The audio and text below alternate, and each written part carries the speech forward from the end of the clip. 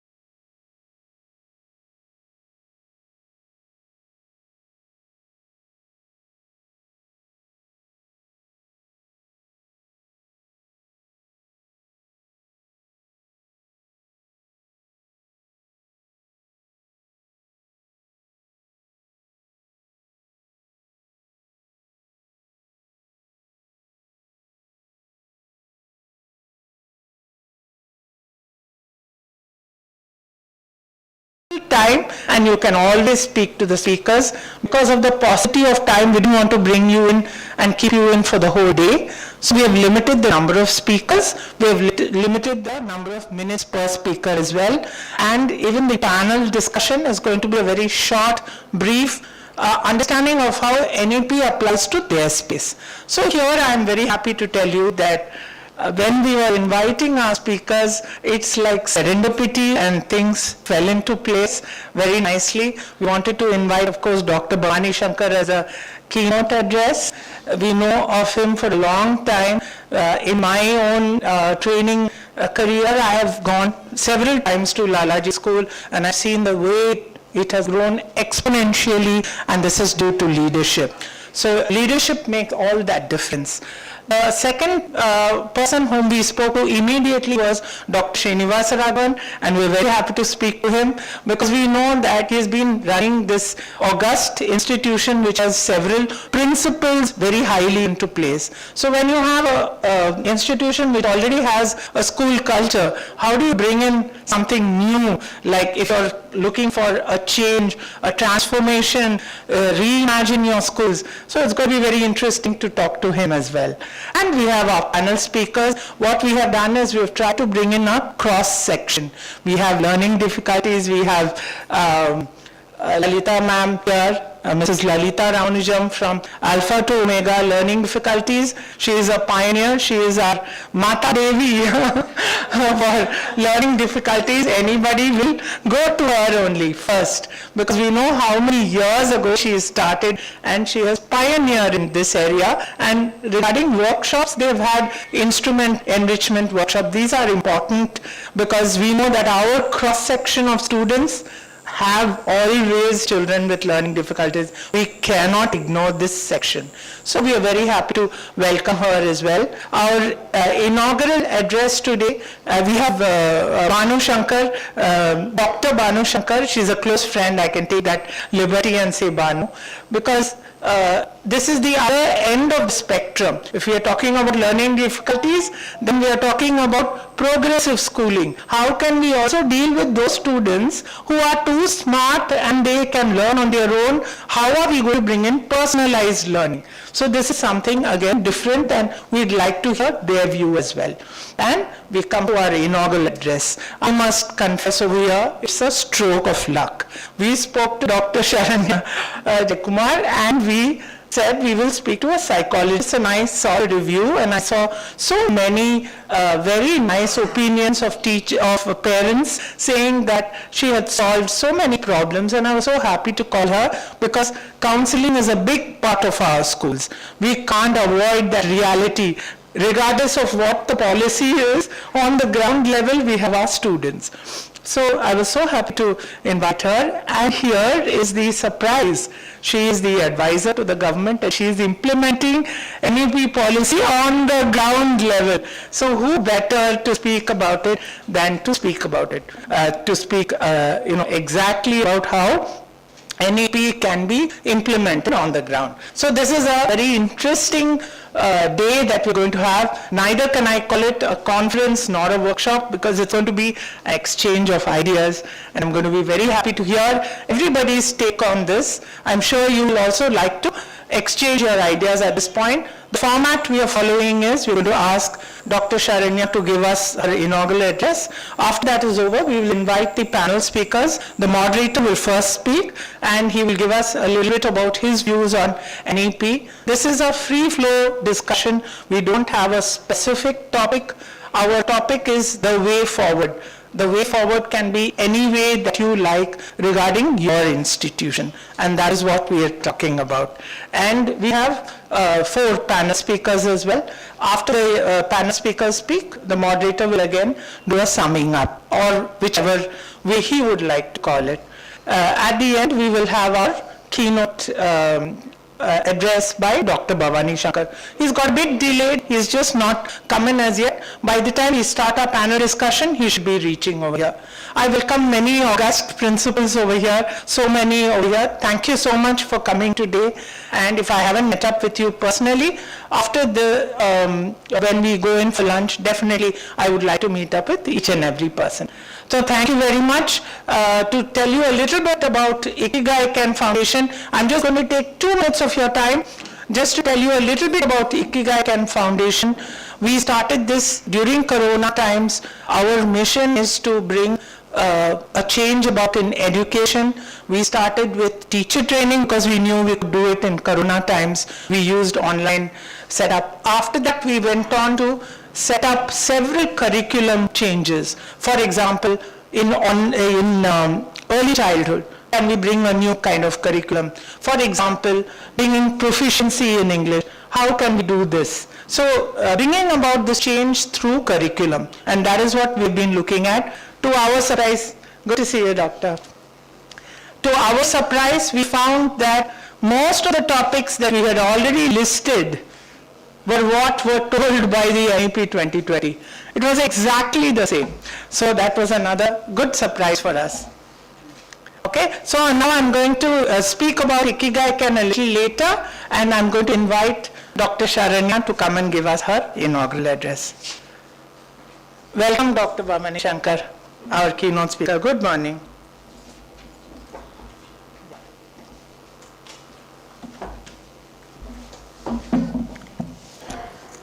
Dr. Sharanya T. Jayakumar.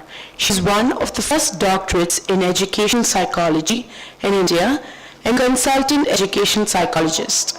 She is an independent expert for many schools and colleges. She was known as former member of Tamil Nadu Commission for Protection of Child Rights, and she is an advisor to American international schools and colleges. She is a visiting faculty at Western and NITTR Chennai. She is a private psychological well-being practitioner, specialist in children and adolescent psychology, and cognitive behavior therapist. She is an amazing motivational speaker at schools, colleges, and many public events. Her articles and videos are frequently published in the top magazines, newspapers, TVs, and YouTube channels.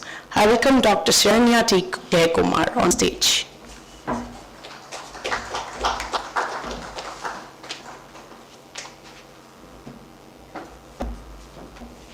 Thank you for that introduction. Very, very good morning to each one of you. Thank you, sir. நீங்க மட்டும் தான் சத்தமா சொல்லிருக்கீங்க. Can I hear a brighter good morning from everybody, please? Good morning. See, we're all principals, educationists, so we'll have to be loud always, isn't it? We need that voice. Whether we like it or not, we have to be loud. Yes. Thank you for that lovely introduction. Yes, I was serving a member of the Tamil Nadu State Commission for Protection of Child Rights.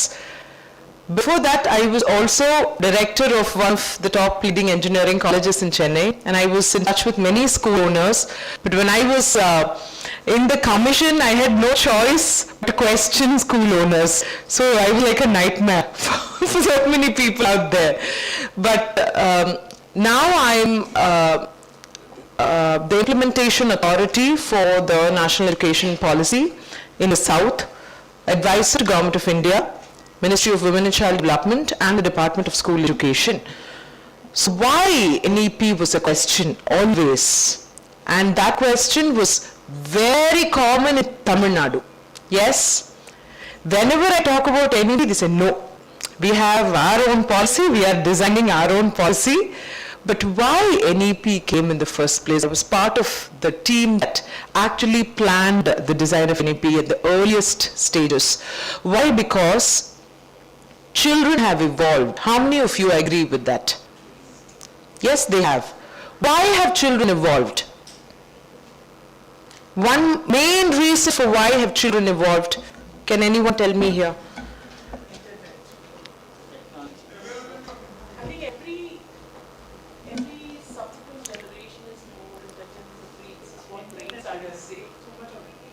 See, the one thing I'll have to tell here is their entertainment has evolved.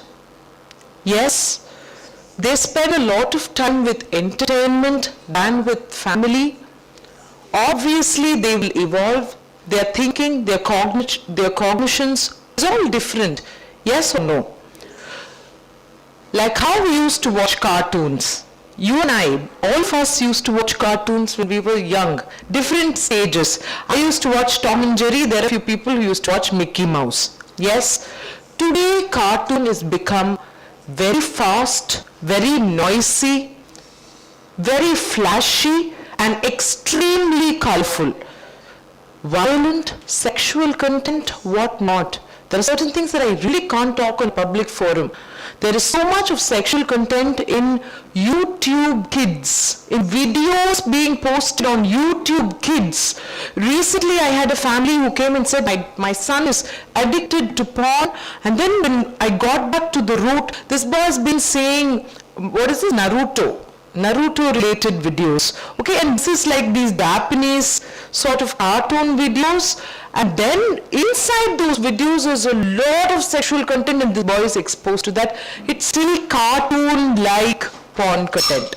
So we never know how it gets, okay, with each day. But I have to say that entertainment has evolved largely and the way children play has changed. We used to go and play with friends. That was no structured play, no playing for competitions. We just played with friends. But today, even if they go to a cricket class or football class, it is only getting prepared for a competition. Where is that unstructured play? It's still missing. So what happens with children when their entertainment is different, when the way they play is different, the way they think, they behave differently. And that way, if we still stick to the olden ways of teaching, it's just not going to happen. My daughters go to a Montessori school. Yes, they follow Maria Montessori's things, but how much of efforts as parents we have to put to keep the children, look like they're brought up in the 70s and 80s. But for some reason we get used to it over a time as Montessori parents. That's not the case in private schools and other private schools. Even in government schools today, they have smart classrooms. every middle school in Tamil Nadu is given a smart classroom funded by Samagra Shiksha and the Department of School Education, Tamil Nadu. There is, a screen and a smart class and all of that. Training to the teachers under progress. It's just happening. The implementation of NEP is just not going to happen over like 1 year. No. States like Assam, Karnataka, Maharashtra have all started about 1.5 years back. And I think that way Tamil Nadu is still a little slow in implementation of NEP. Yeah. Key points, if we understand, we all know 5 plus 3 plus 3 plus 4. Yes? Yes? Yes. So in that 5, the first 3 years in government schools it's going to be no LKG, UKG, only Anganwadis.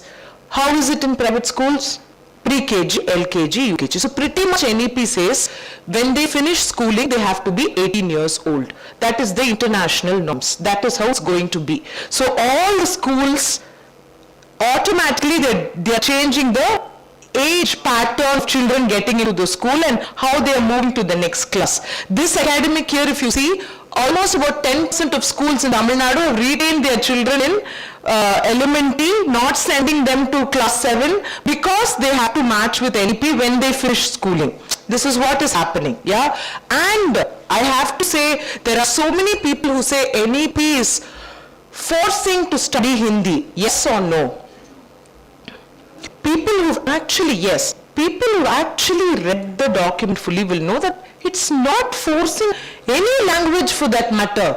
NEP very clearly says regional language at the foundation level. Teach in the regional language.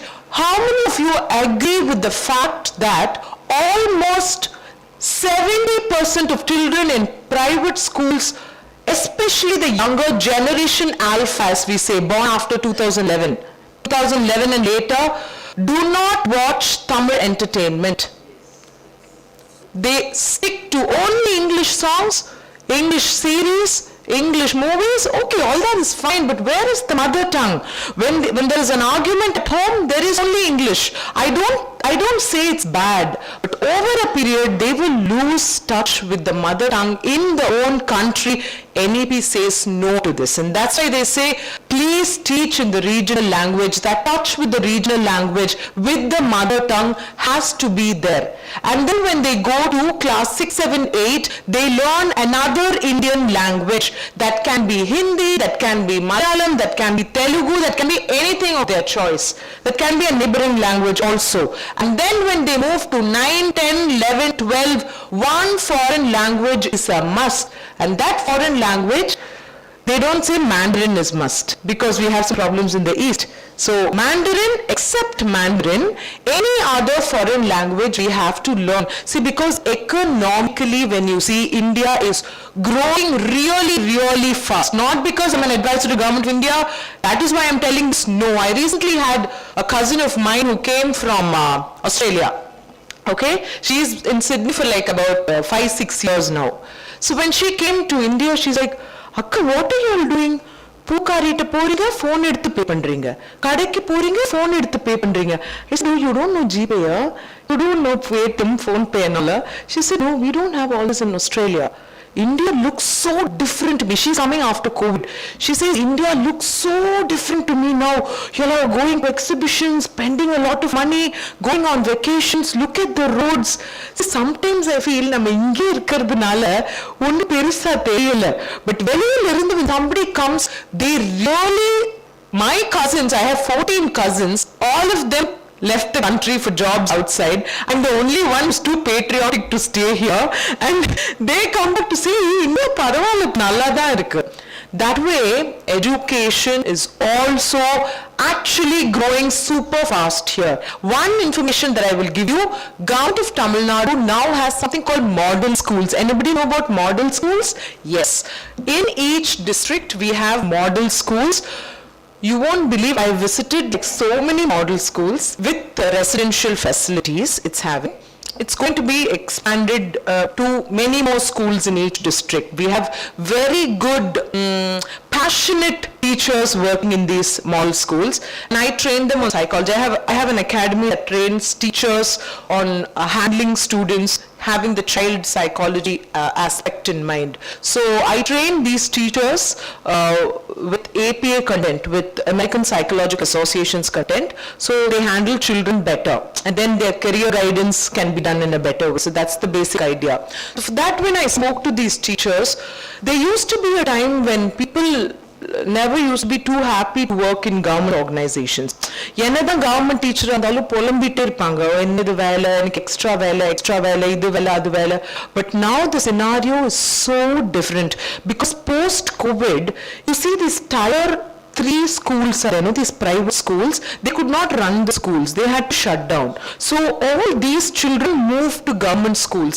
Government school strength is increased by another 18% now. In fact, they have to start hiring more teachers in Tirunelveli and all government school. There are about 65 students in a class. Engalke ko kashthama irukku handle pandradhukku, but we have no choice. We have to keep them there. They are just there and they are still working, okay? And talking about quality of government schools, I should say the first generation graduates or first time graduates, the first graduates in the family, children who've come from poverty, children who've come from lower caste backgrounds, who've been not treated so well by the community, children who faced abuse, இந்த குழந்தைகள்கிட்ட இருக்கிற வேகத்தை வந்து யாராலையும் தடுக்க முடியாது. They have one fire within them that is extremely good. You don't have to give too much efforts to teach them. That is already there in government school. The biggest challenge for private school owners is this. எவ்வளவுதான் motivate பண்ணாலும் that motivation to learn and do something in life is எப்படி பார்த்தாலும் lesser in private schools. My father's business is there. As a father is keeping the cupboard open and asking them to come and sit and take care of the business. No. Somewhere the value of money, somewhere I want to do something in life is still missing in majority of the private school students, which is easily there in government school. I'll give you one quick example. When ISRO was working with Chandrayaan 2, Chandrayaan 2 was a success or failure? Tell me. Success. What is the context of success? Good question.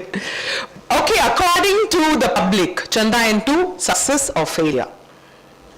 So science says everything is success, everything is learning. Wherever we missed, we have to learn from there. When they started work with Chandrayaan, they gave an announcement in the newspaper. They said, நிலாவுல இருக்கிற மண்ணு வந்து has these salts. So we need samples of salts from your place that actually matches this. Okay, this same salt combination, the same chemical composition. So 3 boys from Namakkal district government school, they saw this newspaper advertisement and then they chumma took some samples of sand from a little pond near their house and then avangaloda labla eduthu poi the simple salt test that children do in 12th standard, they did this and they said it looks like it's matching, so why don't we send these samples to ISRO? And these 3 boys from government school Namakkal, you won't believe, sent the samples to ISRO and it was a 97% match. நாமக்கல்ல இருக்க மண்ணோ நிலாவுல இருக்கிற மண்ணோ 97% match. These 3 boys were invited to ISRO for an internship and they're still working there. They're working with Chandrayaan. They finished their education.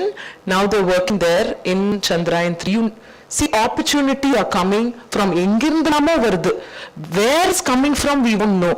It's going to government school children only, private school children only? No. We think private school children are given all the opportunities, but are they really making use of the opportunities is still a question mark, isn't it?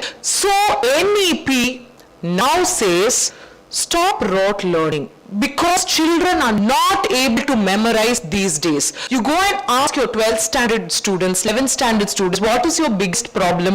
They'll say, படிக்கிறது எதுவுமே ஞாபகத்துல இருக்க மாட்டேங்குது. I'm studying, but then I go to exam the next day, I'm forgetting everything because increase in screen entertainment will only increase usage of short-term memory, long-term memory usage is reduced. Automatically, whatever they study is only getting into their short-term memory. When they go and try to replicated in the exam is just not happening. They are not able to memorize. Memorizing capacity. Used to be a time we used to remember 100 landline numbers. Now are we able to do? As adults, our memory is going down. As children, their memorizing capacity is going down. The only way is to make improvements in pedagogy. Pedagogy, according to NEP, has to be entertaining, has to be involving those children in whatever they are wanting to do, and then it has to be progressive also. It cannot be the same old ways. It's just not going to happen. Yeah, and also quickly NEP talks about skill-based learning. I used to head training and placement at the Satyabama group until 2015. So when I was there, I remember even when I studied there, it used to be companies who used to come and say, I want 100 EC students, 150 IT students. That's how it used to be. But now it's different. Now they come and say, we want 100 students who can work with Python. Whether they've completed the degree, I don't bother. Whether they belong to whichever department, I don't care. All that I want is that they have the skill set. So we always say develop the skill set, and that is very important. If you've heard about Zoho Schools, Zoho Schools is now going and recruiting in schools. Yeah, in schools. They don't want degree at all. My family runs 11 engineering colleges and I don't know where I'm going to go. But they're going back to schools and they are telling, engalku school education podu. I will take them, I will give them salary, I will train them on coding or testing or whatever, and I will keep them there. And children are also very happy, especially when they come from very poor backgrounds. Nobody is able to spend 10 lakhs on a UG degree. So they are happy. So immediately after 12th, they are going into a job. That is why NEP says 18 plus. You understand? When they're 18, they will start going into things like this. Yesterday I had a meeting with Saint Gobain. Saint Gobain is going to do the same thing. They're going to start recruiting from schools. And then they're going to train them on window fitting and glass cabin fitting for 2 years as a diploma course and then give them a job. It's going to become that fast. There used to be a time when people used to start earning at 24 years. Then it became 22, 21, 20. It's going to become 19 in future. So schools have to teach skills. You have no other choice. Whatever is required for a job, schools only have to teach, and that is why we have Bagdas days in NEP, and then we say bring in people to talk to children so they get exposed to the different types of opportunities available, different types of professions available. See, I believe school is a smaller version of the society that the child is going to live in. There has to be different types of children. Different types, as in I mean different personalities of children, children with differently abled children, children from different backgrounds, different castes. They have to learn to live with all of them together. They have to learn to mingle, and that is what education is about. Not just learning from the book, getting first rank. I was always a first rank holder. When I got my first failure in my psychology degree, one paper failed. PPYC, Madras University, I could not take it. I went into depression for 3 months because I was always a first rank holder, always a scholarship holder. Enakku thangave mudiyala adu. That should not happen. I feel in schools, teach children to fail. Teach children to, we say, ஒரே பெஞ்ச்ல எப்ப பார்த்தாலும் உட்கார வைக்காதீங்க. Friends எல்லாம் மாத்தி உட்காருவாங்க. You don't get to be with friends forever in life. No, we respect your friendship, but you also have to learn to make friends with the other children. You have to, learn to let go of that comfort zone and come out of that comfort zone and make friends with others.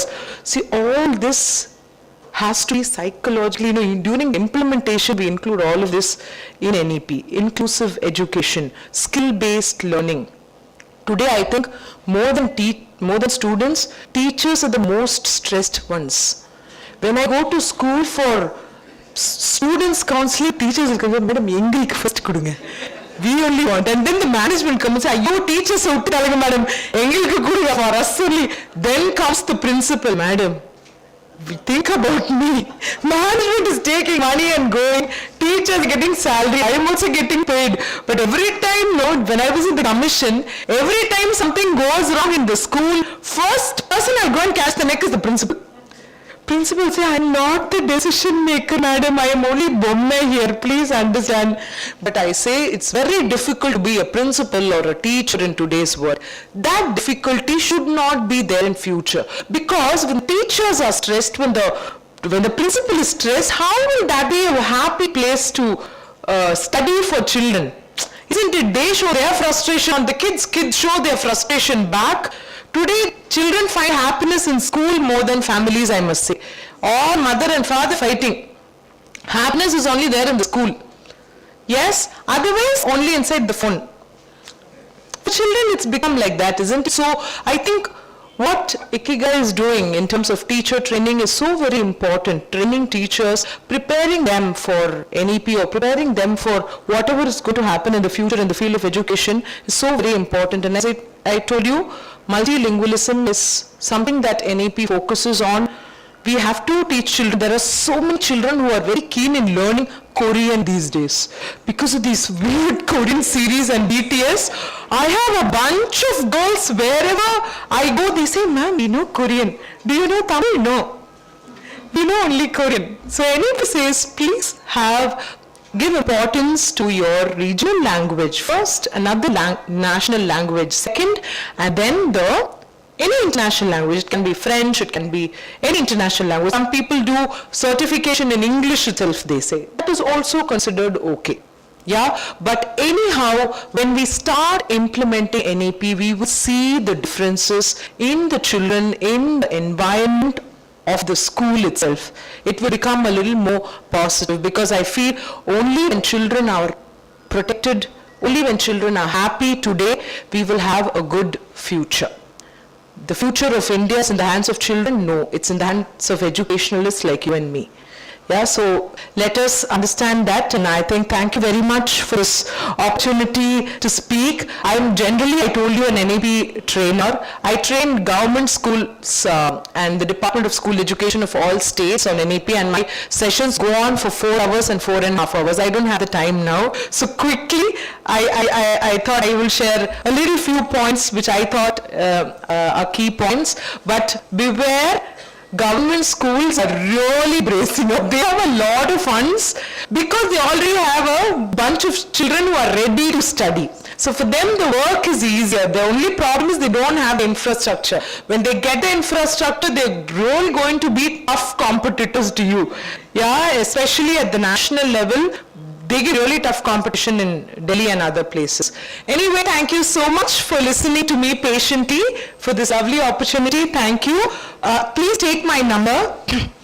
Anything related to NEP, anything related to psychology, you can always get in touch with me. 93818 111 Dr. Sharanya Jaykumar. Thank you so much. Thank you. 93818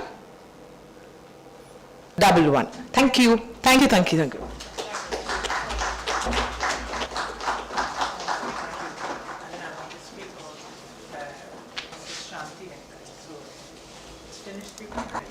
Thank you so much, ma'am, for this wonderful speech.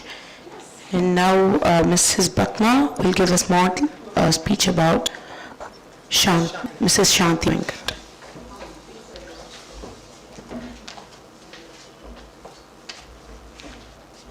I'm just here for a brief introduction about Mrs. Shanti Venkat. I wanted to just thank her for coming in. One of our panel speakers that we shared with in our conference invite, Dr. K.R. Malti, was unable to be with us. She had a last-minute problem, emergency. And Mrs. Shanti Venkat very kindly consented to come here. I just wanted to mention, we will just read out an introduction. She is here today as the CEO and principal for the Surana International School, which is opening up at Besant Nagar. And I'm so happy. She'll tell us a little bit about how they plan to implement it as well. We'll first ask Dr. Srinivas Raghavan to come in as moderator, and we will ask him to speak about the NEP. Before that, you will just read up the profiles of the speakers, the panel speakers. She'll read out your profile also, sir.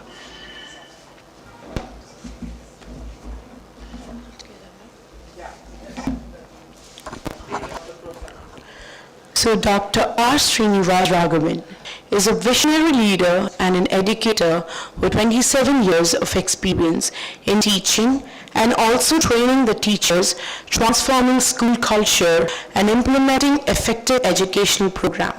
He holds a doctoral degree in physics. He is extremely passionate towards his career and has worked effortlessly transforming schools into a financially stable and academically sound institution. Empowering teachers and encouraging parents to engage in the parental involvement has been an extra responsibility in his shoulder all these years. He has worked for the Indian Academy, Muscat, as a counselor, and also he has worked as an academic counselor in the Glory Institute, Muscat. He was a professor of physics in Modern College of Arts and Science, Muscat, and presently he is the principal of the very well-known Bala Vidya Mandir. And he has been working and involved students in fundraising initiatives to provide treatments for cancer, cataract eye surgery, art surgery for underprivileged people, which led to raising funds to the tune of 50 lakhs through crowdfunding. Involve students to promote care for animals by working with Blue Cross and Elephant Care Facility at Kurumbaram. Involve students and parents to protect and serve greenery by going over 2,500 tree samplings over a period of 2 years. He has also indicated Global Rhythms musical choir under the guidance of Mr. A.R. Rahman through LEAP Foundation. Successfully implemented life-oriented education in Bala Vidya Mandir, initiated and implemented young entrepreneur program for students from class 6.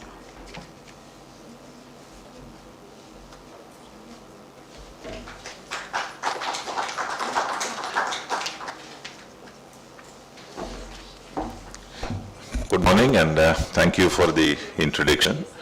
And my dear friends, it's a wonderful day where we throw our thoughts on NEP. In my opinion, we went from localization to globalization and again we are coming back to localization.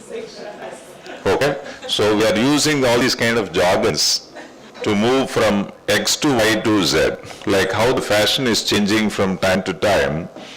Exactly, we are coming back to the same arena. Okay? Skill-based. India is known for that. Okay? If you see the history, India is known for the skill. That is why we brought in mastery. Okay? No culture has proved to this extent. Today, Times of India, if you see that, they found a copper plate with Deva. Thiruvasan. இந்த மாதிரி ஒன்று வருது. இதெல்லாம் எல்லாமே existence இருந்திருக்கு. But somewhere in the phase of modernity or all these things, we quietly phased it out. And we are rediscovering in a different way. The entire world is focusing on their national development. Now the whole world, the country is planning, the planning commission of every country is focusing on national development to not global development. We are also part of it. NEP's crux is basically on the global national development. We need to cater for our people. We need to manage our resources. For that, we need to equip our children. We have categorically spoiled the nature. Systematically, we collapsed. Now we are talking about the green sustainability, SDG, all these things. We are the creator, we are the destroyer. So NEP is throwing a light or giving us focus. I would rather say that it is giving us focus. Come on, let's all work together and understand what we need. Should we exist or should we become extinct? When I say not human being, every form of life. Should we exist or should we become extinct? So the focus of NEP should be toward that direction. And that's an attempt what government is framing rules and other things what we are talking about. Okay? So skill education is very important. And the skill has to be as per the requirement. For that, are we prepared? That's a big question. How many of us are really prepared to give that skill? Are we skilled enough to give that skill? First of all, I should know the skill. And only I can impart. Do we have? That's the question we all should ask at this point of time. Do we have the skill more than what is expected of children 10 years down the line? Are we here to equip ourselves? Are we equipping ourselves as adults? Transforming ourselves. So first level of transformation should happen with all the adults who are dealing with the children. Then only we can think of migrating our thoughts to the next generation or the present younger generation. Okay, so that's what, and when we made an attempt in 2015 with certain small principle policies that transformed, when maybe I was actually doing it in Bala Vidya Mandir, trying with Bala Vidya Mandir, when we had lack of funds, honestly speaking, I am speaking truth. Okay, the school went through a rough time. No money to run the school. That's the stage where I was in. Instead of asking the money to parents, you raise the fees and give, I have done the school. Instead of asking directly only the money, we proposed a plan. Look here, we will give you some sort of curriculum. Since we are doing that, we need funds. This will help the school to survive. I don't ask you money just like that. In return, I am giving you something like this, and hence you hike the fee. That is a proposal which I thought at that point of time. We introduced culinary. We introduced entrepreneur skills, not with an intention to make the children as entrepreneurs. Please understand what is entrepreneur. Either you do business or you be a part of the business. We are all in the part of the business. We may not be the owner running the school, but we are in the part of the business. Correct? Any job you do, you are a part of the business. காய்கறி வித்தாலும் சரி, பள்ளிக்கூடம் பாடம் சொல்லி கொடுத்தாலும் சரி, we are a part of the business. Correct? Hospital is a part of the business. School is a part of the business. Other sales is also a part of the business. So, when I proposed all these things, handyman, one project, few periods were allotted for a handyman. What is handyman? Basic plumbing. I have set up a unit there. That unit will not have peri things. வீட்டில் closet மேலே இருக்கிற flush tank leak ஆச்சுன்னா என்ன பண்ணுவோம்? How do we repair? How do you understand? There is science in it. There is finance in it. There is skill in it. இப்போ leak ஆச்சுன்னா என்ன பண்ணுவோம்? We call somebody and he will charge 400 rupees. After 400 calls nowadays, after 400 calls only, they are better than CM, PM, you and me. Okay, after 400 calls he will come. என்ன sir எனக்கு time ஒரு பிராணனை வாங்குறீங்க. Correct? So this is the situation where we are in. And he will change the unit and you will pay happily 500 rupees for the parts, 500 rupees for the labor and 500 for phone call. Maybe. Okay, but to be truthful, it costs 2 rupees for changing the washer, which is the cost for leakage. It just costs 2 rupees.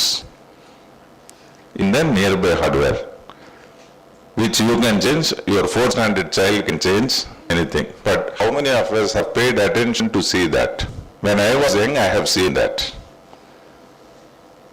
Puruma, நீங்க சொல்றீங்க, psychologist, quick, fast, well, mobile.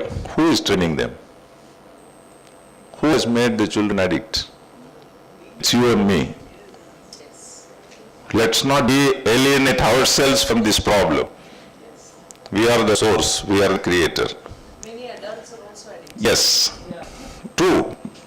Adults first, child second. Okay, we are the first mover, they are the first follower. Okay, right. So, when I brought all these things, parents fought with me. 2-3 days we had in the evenings, 2 hours, 3 hours of meeting, like a big congregation of parents, 200, 300 parents. I am not sending my child to become a plumber. I don't want to do business, this, that. What business? I don't talk about St. Reuben or TVS or this or that. I can talk about business in a small scale. Tea shop, when you make vada, how much you invest, how much. That's all is level of the children. We can't speak big languages to them, correct? I don't want that, all these things. After 3 days of discussion, I told, okay, 3 days, 9 hours you have spoken, now let me speak for 9 minutes. Please listen. Let us try for some time. Let's make an attempt and try. It may be failure, I accept, but after attempting, let us fail. Never say that it will be a failure before attempting. You won't believe.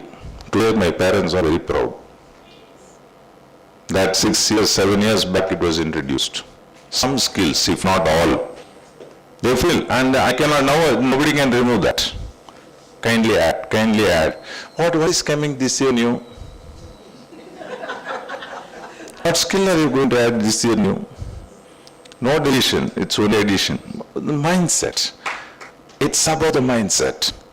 But that 9 hours of pain that I withstood in addressing 300, 400 parents, taking all the bullets, biting the bullet. I didn't bite, I received the bullet. But I have chosen not to die. Okay? It's our choice. Okay? You are free to do what you want, but you are not free from the consequences. Khalil Gibran's statement. So, NEP, today we are exactly in the same situation. Something is kept on our table, 5 plus 3 plus 3 plus 4, all these things, we know mathematics. We are not talking about 5 plus 3, how to add. How to add something to that 5 plus 3 plus 3 plus 4 is what we have to do. So for that, changing the mindset, I think our priority is not about the content of the NEP. It is our effort to make others understand and make them sync with the thought process. This is what is my thought about NEP. We all know the breakdown of NEP guidelines and the courses, this many number of courses, we have all these things we don't need to address. But what is really important is, how do I attack your mind? How do I attack my mind? First is my mind, then your mind, then parents' mind. And when all these things are attacked, children will have no other alternative. Today, every child is put into Byju's class, Fitji's class from 3rd, 4th, 5th. Where is NEP connected to that? I am putting straight question to the government that how this NEP is impacting that particular zone, which is distracting from the very concept of NEP. These are the questions that we need to ask as leaders. We need to open to the government. Okay? These are all distractors. While your thought process is fine, but there are distractors. Unless you arrest the distractors, this will be flop. Okay? So thank you so much for patiently listening. I am not going to go into the depth of NEP at this point of time. I invite everybody. Thank you. Thanks, sir. No, sir. I just invite the speakers and then you can start. Thank you, sir, so much. So the next speaker will be Ms. Shanti Venkat. We will ask all the speakers to come on. Okay. Okay. So I invite all the speakers on stage. Yes.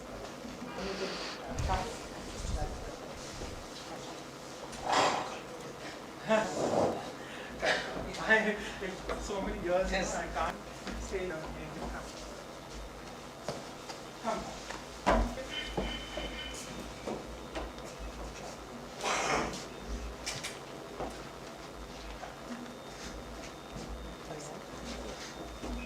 She'll just read out the introduction to you.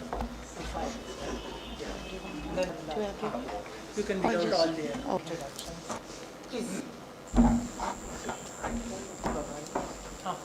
No, he will be the keynote. Okay. Now you So Ms. Shanti Venkat, inspiring CEO of Surena iTech International School. As a passionate classic dancer, Ms. Shanti understands the power of creating and performing arts in unlocking a student's full potential. Her journey in education began as a teacher at Air Force School, Baroda in 2000, and she was held various administrative positions in different schools across in India. With over 22 years of experience in education, she brings a wealth of knowledge and a fresh perspective to the table. Coming from a defense background, she has been exposed to different languages, cultures, and school systems, making her an invaluable asset to Surana iTech International School. With a postgraduate degree in English and a CELTA certification from the British Council, New Delhi. We welcome you, ma'am.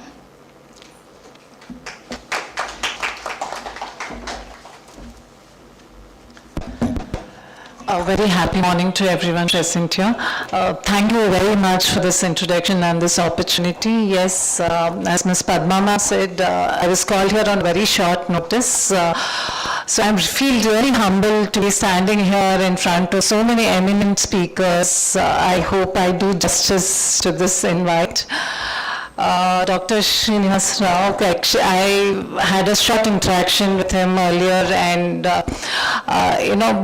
are a product of Kalakshetra. I'm born product Chennai and a product of Kalakshetra, which is in news unfortunately for wrong reasons now. But yes, I'm a very proud alumni of Kalakshetra, and I owe all my upbringing to the school. So BVM is one of the schools I've always been looking up to, and I've always wanted to be a part of. But as Dr. Sharanya said, opportunities knock at different ends, and you just grab what you get. Sir, I'm very glad to see has been replaced with NEP 220.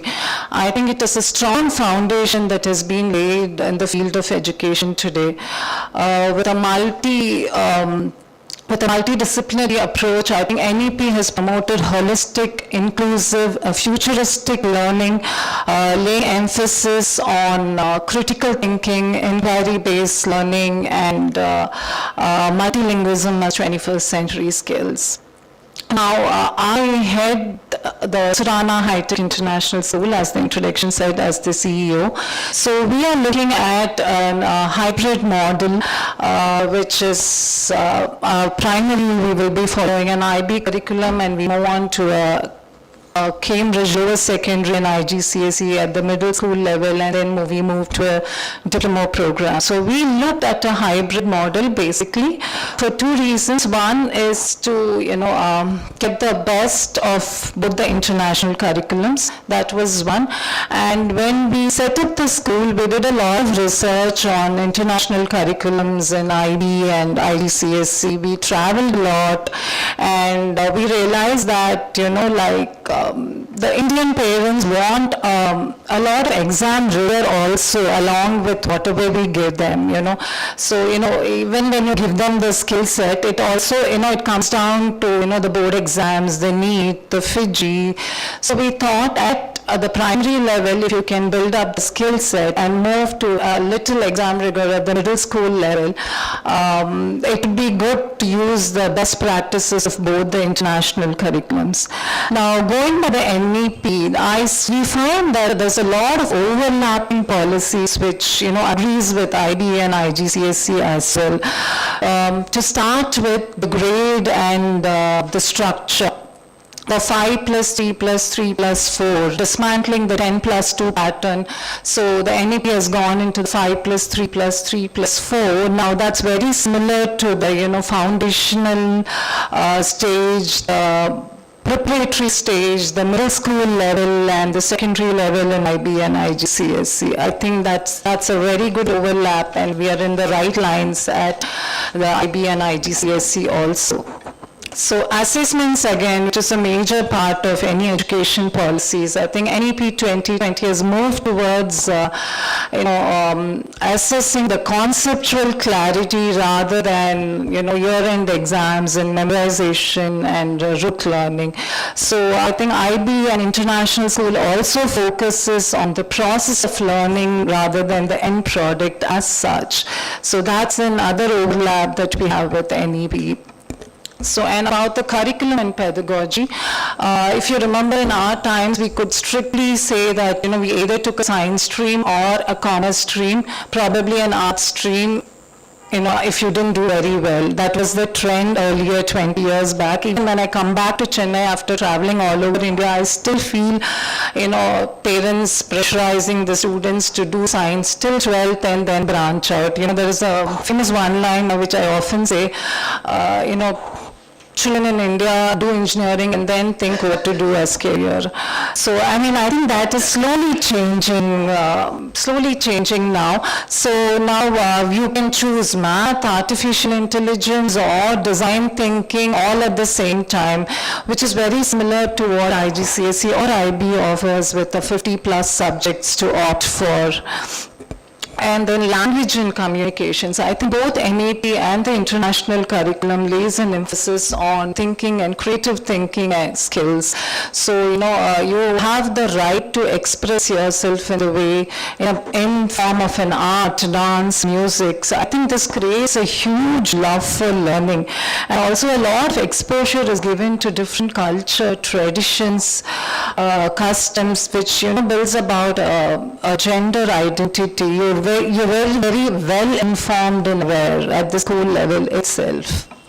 So I think we using the NEP policies in our school and going forward with the project-based learning, I think we have a lot to look forward to. We're launching this June 2023 with a K to grade 7 curriculum at Besant Nagar. I would request all of you to come and visit our school and see see our vision and what we have to do.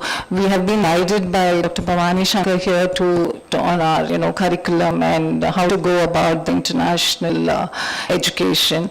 So yeah, so I think the way forward for NEP 2020 is to go with the flow and break the rote learning and memorization and look at conceptual understanding and learning. Thank you very much. I would like to hand over to the other speakers to speak about NEP. Thank you. Yeah.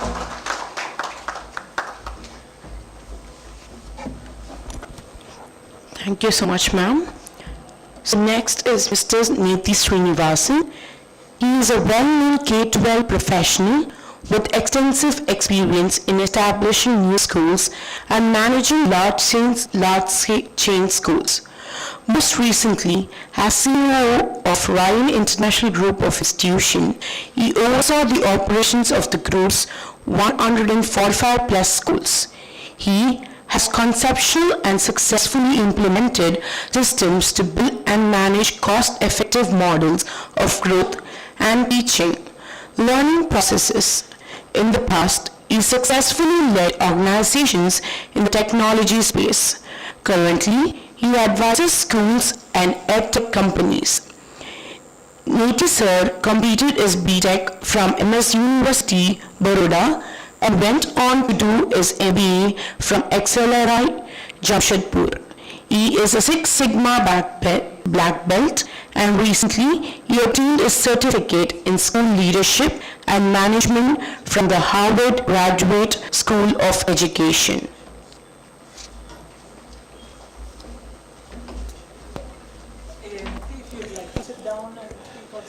Oh, no, I think I was all right. Thank you so much. Yeah. Reading my bio, I was impressed with myself. Seriously, I'm not, I'm a pretty ordinary guy. And Sharanya ma'am spoke a little bit about long-term memory and short-term memory. And at my age, I've lost both short-term and long-term. Okay, so I'll use what we spoke about a lot, saying the mobile phone. I'll have to make use of it. All of us have been in leadership roles in schools for quite some time. And NEP has been spoken about since, I think, 2019 onwards, right? And it's a long time in the making. So all of you are, I'm sure, are familiar with the salient points of what NEP is and all those things. So no point repeating stuff. And Sharanya ma'am, of course, gave a fabulous capsule of what NEP is all about. I just want to share a few things which I think affect us as a nation. and obviously I'm talking about it from the perspective of education. Anecdotally, I was involved with teaching some kids near Bangalore who come from, economically relatively weaker sections. And it was shocking of what had happened. And we were trying to cover up through the Rotary Club, doing some programs to cover the learning losses for COVID. And it just shocked me, completely shocked me in terms of what has happened to the kids who don't have access to any sort of education. Kids who were supposed to be in grade 5 were not even able to do stuff which is, for grade 2. Okay. Now, part of it is also because it's not available, part of it is they don't have motivation, part of it is we don't have the right teachers, and a number of other aspects which are obviously there. But I think we as educators, of course, we take care of our schools, and pretty honestly, a lot of the schools out here have access to pretty good resources for us to take care of our kids. But we also need to understand that a significant part of the population resides in the rural areas. So I'm very encouraged to know that, model schools have been set up. And I agree with you entirely in that the passion and the fire that we see in the smaller towns is just outstanding. When I was in the Ryan schools, we had kids in Bombay, they run schools in places like, Dhampari, which is a very small city in Chhattisgarh, etc. I sensed something similar, right? I mean, kids in the smaller areas they'll do anything to grow. They'll do anything to grow. And I think that's an energy that we need to tap into. So it's interesting. But I think at the same time, we also need to trigger the kids who are in the city areas saying, what's stopping you? What's your deal? So that thing. I just want to share a few things about what's, stuff that is going on in my head and which may be relevant for us when we start implementing NEP in the schools. Honestly, I see a challenge in terms of the scale of implementation. The number of schools, the number of people, the number of, states which have to be covered is just humongous. And in this, we first, of course, need to cover the teachers. So they need to understand it, know what is to be done, implement it, assess it, and iterate the entire process. And we also need to get the parents into the process because they need to understand what's happening. Because, like you correctly said, some of the parents are going to get very worried because, hey, my kid has to go to IIT. I hope this is not going to be an impediment, and stuff like that.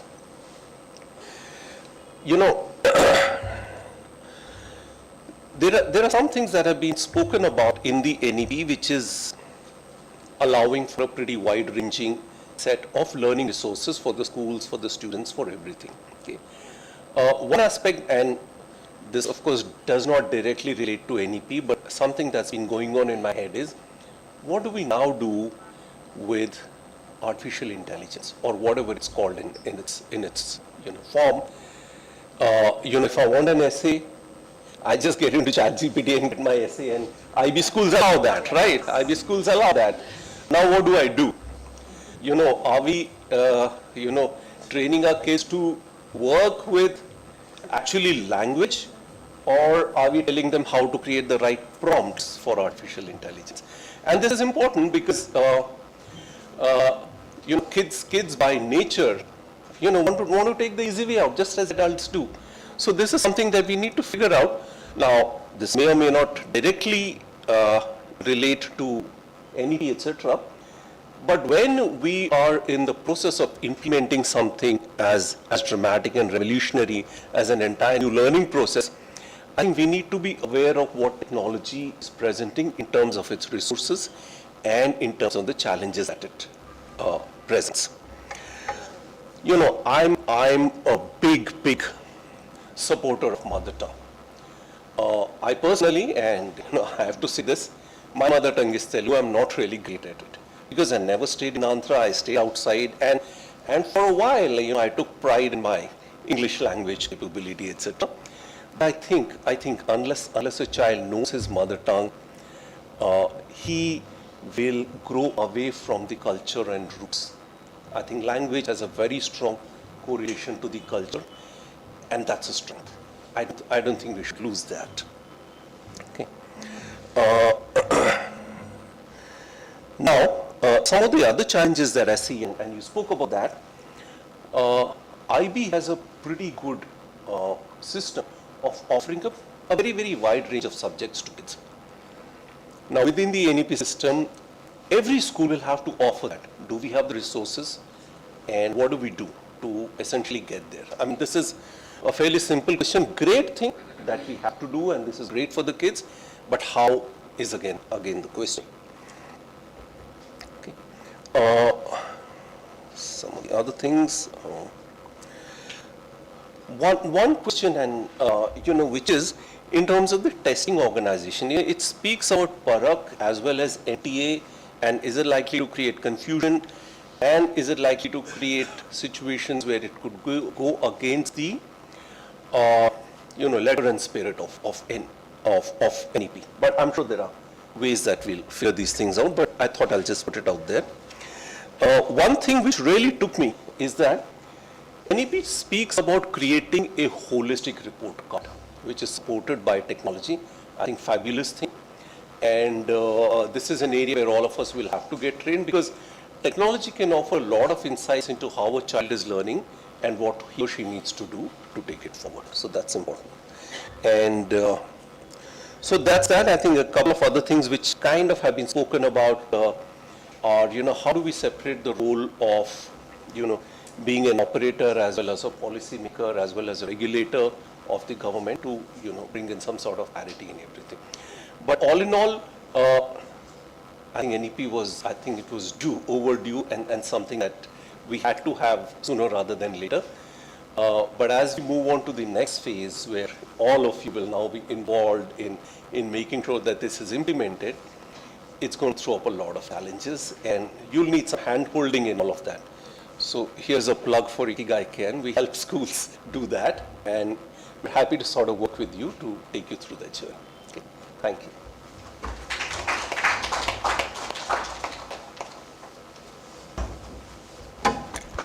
Thank you, sir.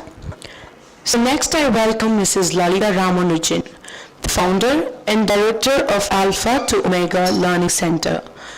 A search for resources to help her underachieving daughter lead to pursue a career determined to learn techniques and provide support. This desire turned her into mission to have a full-fledged school and training programs. Her inner passion was to provide a holistic education to a child who has coping difficulty at school. A belief in very children can achieve better and learn effective coping strategies. Trained facilitating therapists are core in teaching out to children. To achieve, she equipped herself a certified training in educational therapy. With a vision to create awareness about learning difficulties, she has conducted numerous trainings programs for parents, teachers, and other professionals in remedial methodologies across the country and abroad. She has also received awards from Rotary Club, FICCI Ladies organized by Women's Christian College, Baya Foundation, Haltrusa Club Chennai, and Humanitarian Award. I welcome you, ma'am.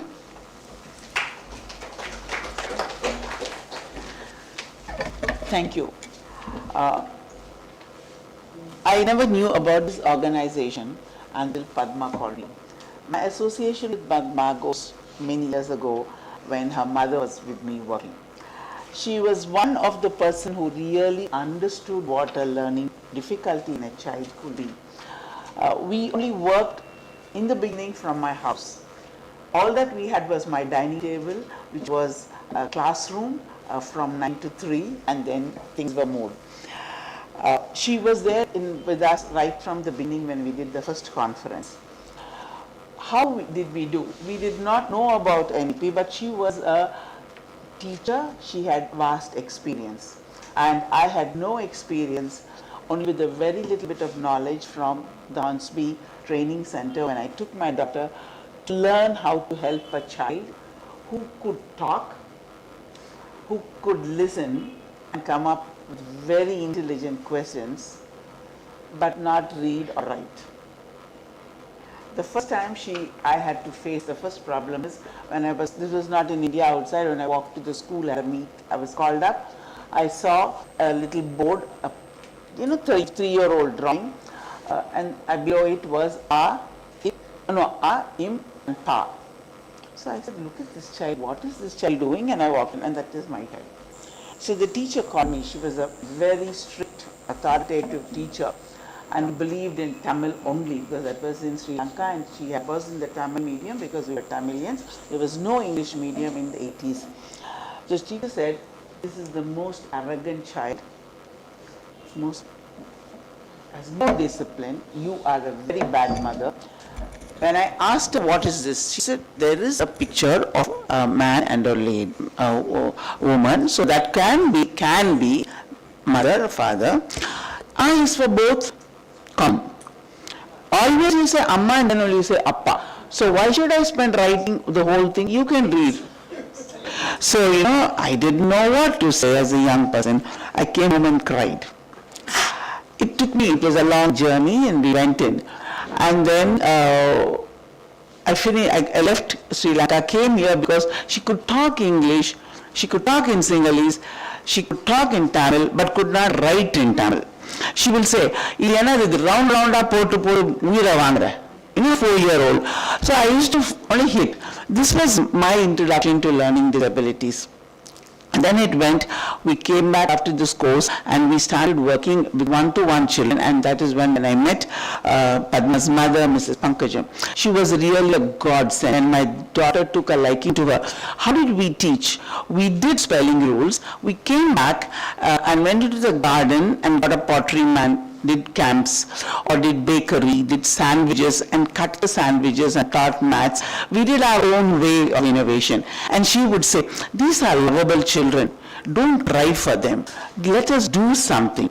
We can teach them in a way that's different, and the children would love it. We did cover science. We did cover everything. I did not know about NEP, but I think the need was there, and we started doing things.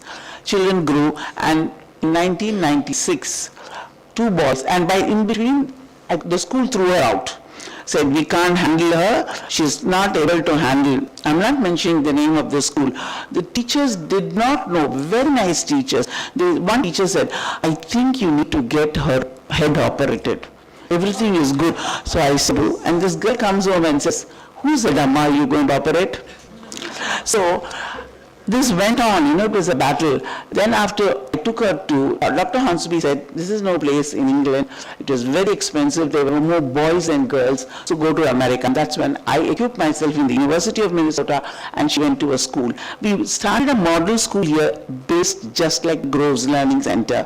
The same thing, where children are allowed to do what they want, but they learn. The important thing is every child can learn. In 1996, when we came back and working with a small group of boys, 4 boys came back, threw the books on my dining table and said, ma'am, tomorrow no school, we are coming here. I said, what? Only for evenings you come, no 1 hour? Why are you coming here whole day? We are going to be here because we got PCs, they asked us to go, they said we are not fit, we can't pass, we can't get 80 marks, so out of the school. This was what then. But now I'm very happy, no school sends them out so easily. They have changed.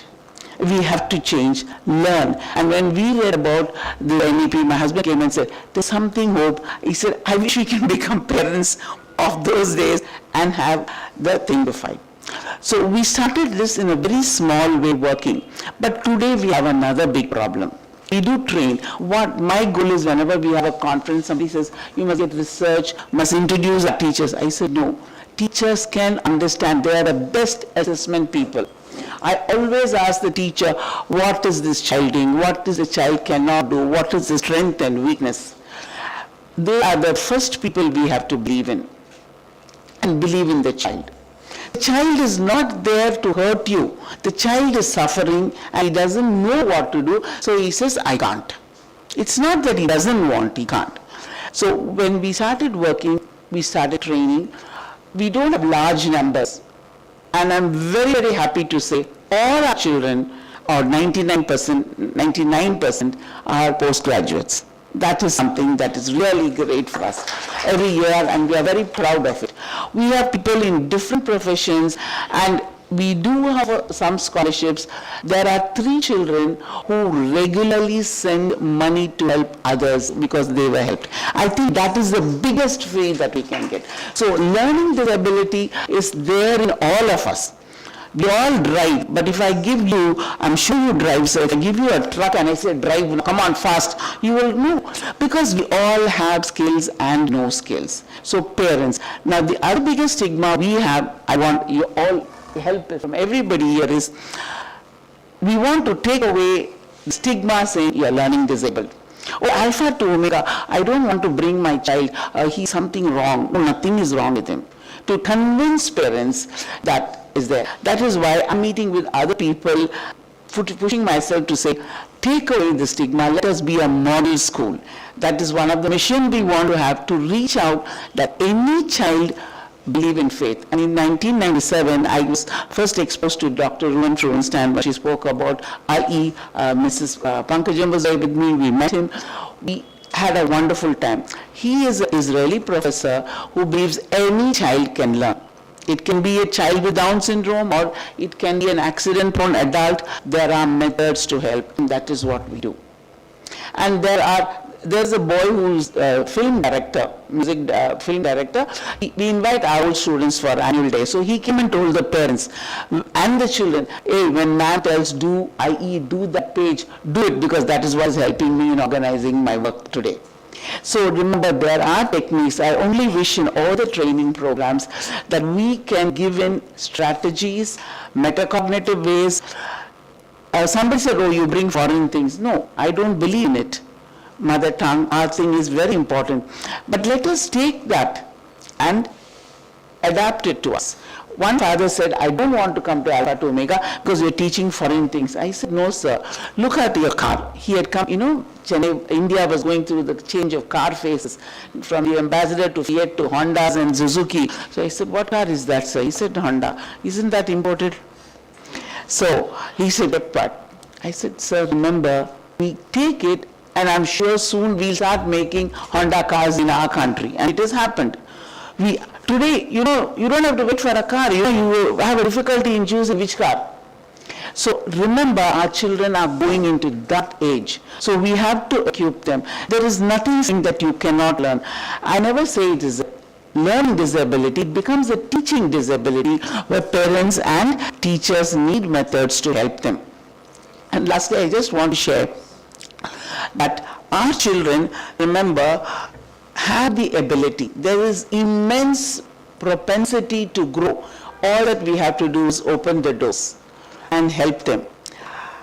A child can have specific, all children must be in the school, but there are some due to health or epilepsy or on the spectrum may need extra help. So there is nothing to stigmatize them and say. And with that, I would say, let us go forward with the policy, look at the changes, be prepared. Everything is going to have pluses and minuses. Weigh the pros and take it forward so that all our children are blessed. And let us have a strong faith that every child can achieve better. Thank you.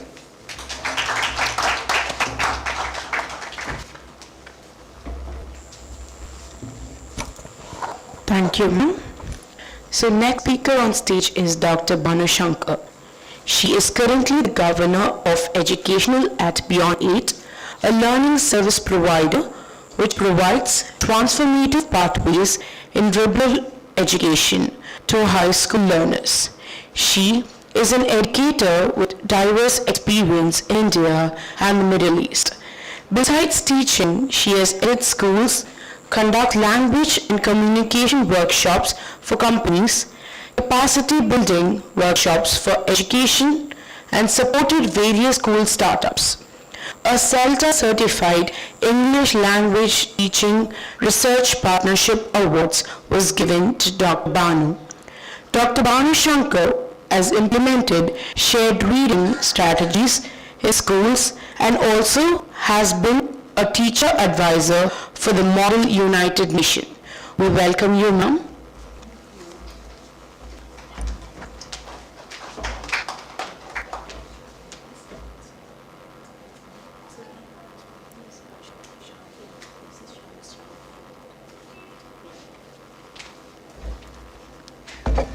Good morning. I must confess, this is my first conference after COVID. This is the first time I'm in a conference, in an inter-organization conference. So thank you, Ikigai Care, for this. Coming to the topic of NEP 2020, I think Padma put it right when she said the philosophy and the practice. It's an entire universe out there, right? And Dr. Shania, thank you for your insights on how NEP is being implemented in Tamil Nadu. You know how the kind of children we have today, probably the kind of things that companies are asking for, Zoho and others. So that's also an insight into what we need to do in education. Dr. Srinivas Raghavan, he spoke very nicely about, very interestingly about how he introduced various skill building programs, making entrepreneurs out of learners. And again, we had ma'am from Surana Educational Institute again, who spoke about the IB curriculum, what were the touch points, what are the intersections and so on. Mr. Nethi, thank you so much. He spoke about marginalized community that also NEP speaks about. Yeah, and ma'am, thank you, Dr. Lalit Ramanujan, for speaking about neurotypical and neurodivergent. I think none of us are actually neurotypical. I think all of us have some level of neurodivergence in us. So she's brought that about so beautifully. So this leaves me to think about what is it that we can do as educators. And so I would like to think about the power of one. I'm an educator. I'm a person who is, on a daily basis interacting with learners. Yeah? And there was a recent article that I read in a magazine, the Economic and Political Weekly, that spoke about engineering colleges that also Dr. Sharanya brought about. And it said how research, critical thinking, and all these were being ignored, mainly because the assessments were not tuned to that. But then again, the industry is coming in. The industry is not asking for assessments today. The industry is asking for, do you know Python? There is Zoho which says that we don't want to take anybody who has gone into college. We want to, we want to catch the minds young. And also, as we read, we also realize, and as we deal with children, every successive generation is more intelligent than the previous. Carl Sagan's book on brain actually is so revelatory in that. So this brings us to the question of what can we do? I think as school leaders, I think as educators, one of the things that, all of us are familiar with is on a day-to-day basis, the Bloom's taxonomy. We come back to the crux of that, and if you look at it, all our assessments are towards the lower levels of the Bloom's. It's all at the level of remembering, understanding, and application. And the reason for that is that is the easiest for us. As educators, it's easy for us to mark papers where we have binary answers. It's a right or a wrong. But today we know, as we move on in our roles, there are no binaries. There is no single unidimensional perspective. I think it's important for us to recognize that even our assessments have to look at this. It's very, very important that we bring in the critical thinking, the creative thinking components that the NEP speaks about. And that is a change that is possible for each one of us. Each one of us can bring about that change in our classrooms. We can bring in that change in our organizations, in our educational institutions, just in the way in which we tweak our assessments.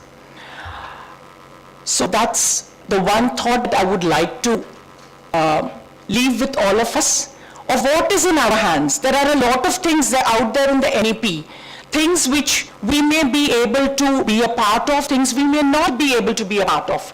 But what we can be a part of is in the way in which we encourage children in all these different skills so that we are embracing the process and not the content. Teachers very often embrace the content.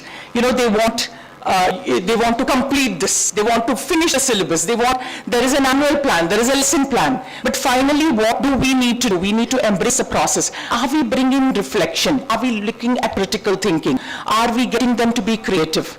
I think if we do that in our little ways, we will all ensure that we implement the NEP. Thank you all, and thank you for giving me this lovely opportunity, Ikigai Ken, Padma, Murali, and all of you. Thanks.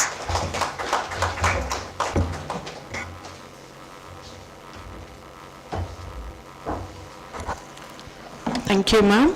Now I'll invite our keynote speaker, Dr. Bhavani Shankar Subramanian, on stage. Okay. Yeah, I'll just check. Would you like to coming up? Would you like to do that? Then she ready before that. We asked for something. Okay. Yes. So we just give the mics in each of their hand so that if any of them want to speak, also we'll give it to them. We should. Yeah, we should.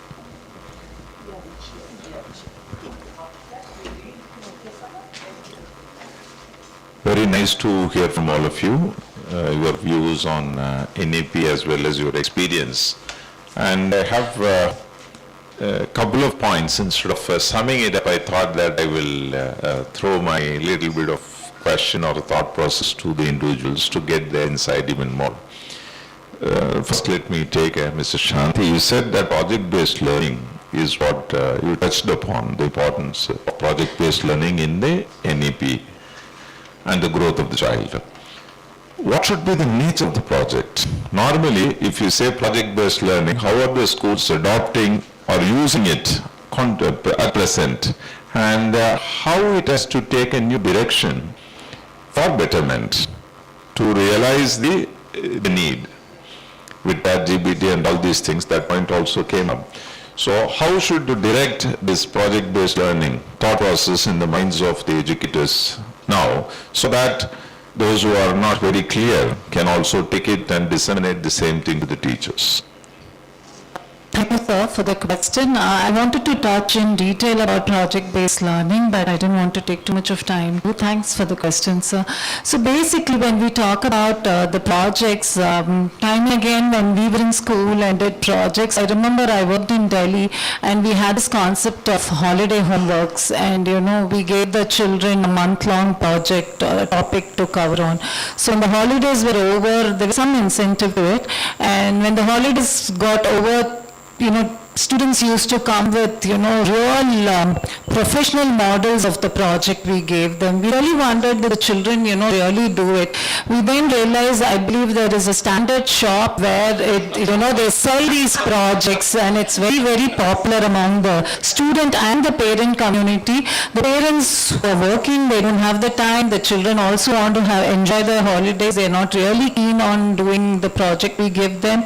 So they end up buying the project and submitting it in school and get their grades and go on. So that is not what the project we are looking at. When a project basically is launched, I think, just like your CBSE, ICSE, all the curriculums give you a concept, a syllabus.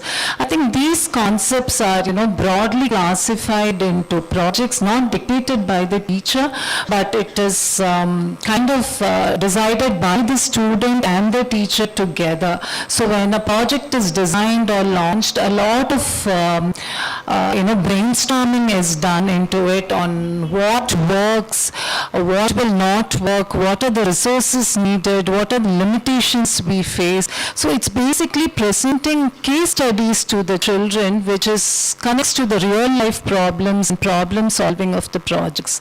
So projects give you an opportunity to think and apply. So that's the kind of projects we need to design in collaborating with the students. So, students are given the opportunity to think individually, collaborate and contribute to the project. So this kind of creates a sense of achievement, a confidence in them that they created the project, they have gone through, they have seen what pros, cons, nooks, corners, whatever you say, they've gone through the limitations and, design ways to overcome those limitations. So that is the kind of projects we're talking about, where through project measurements, math is taught, science is taught, English is taught, and not only as a standalone subject.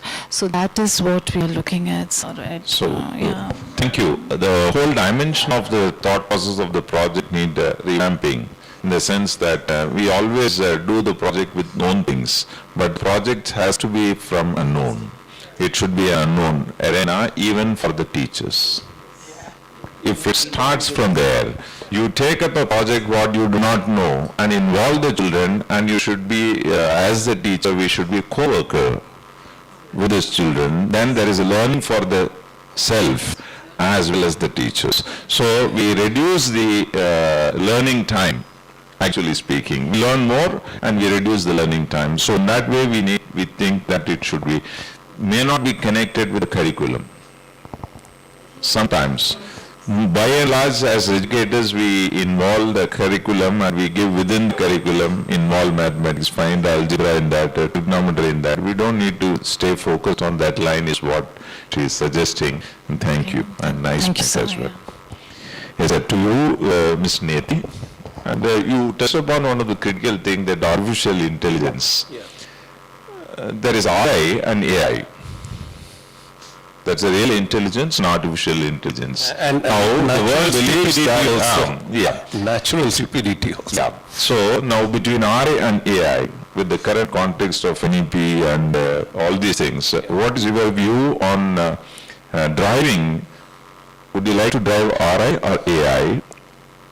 Whichever is dominant, how do you justify? Okay. This is of course a personal thought process out here.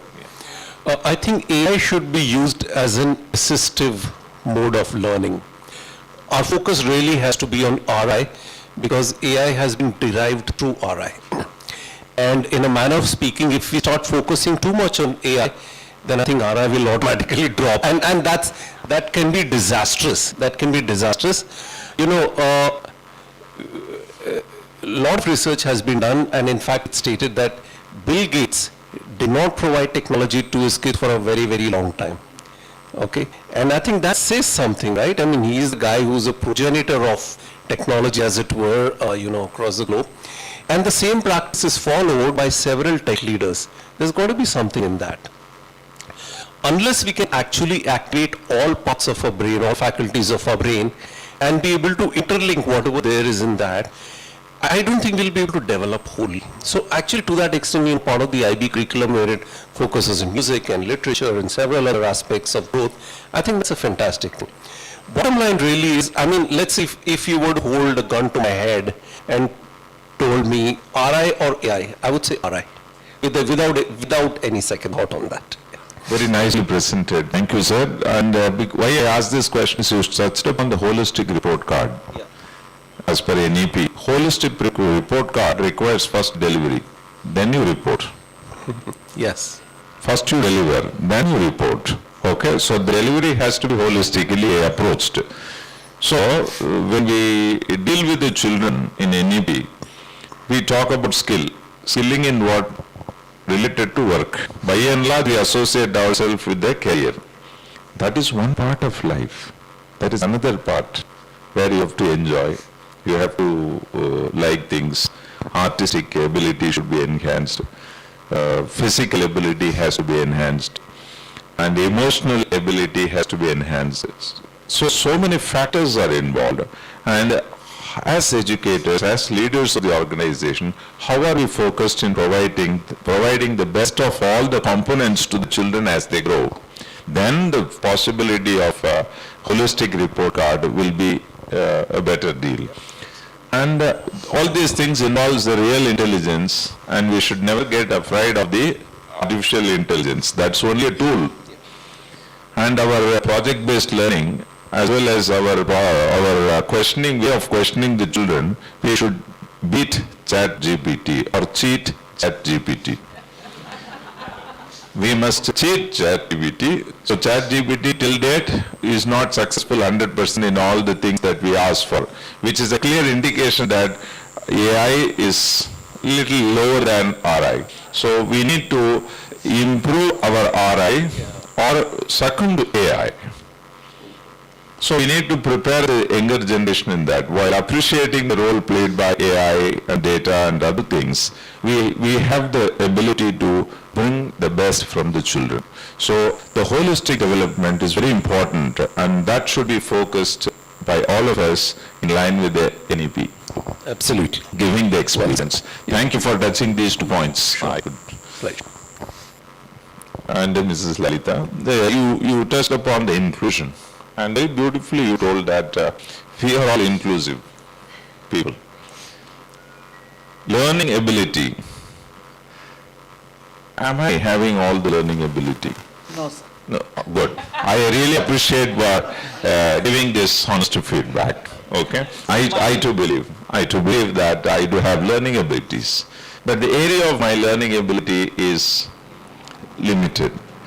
But by and large, the world sees learning ability in one polarized way. So what is your thought on that? How is it going to be addressed in line with the NEP? And how are we going to guide us in taking us further in terms of what is learning ability and how should we change our perspective about learning ability?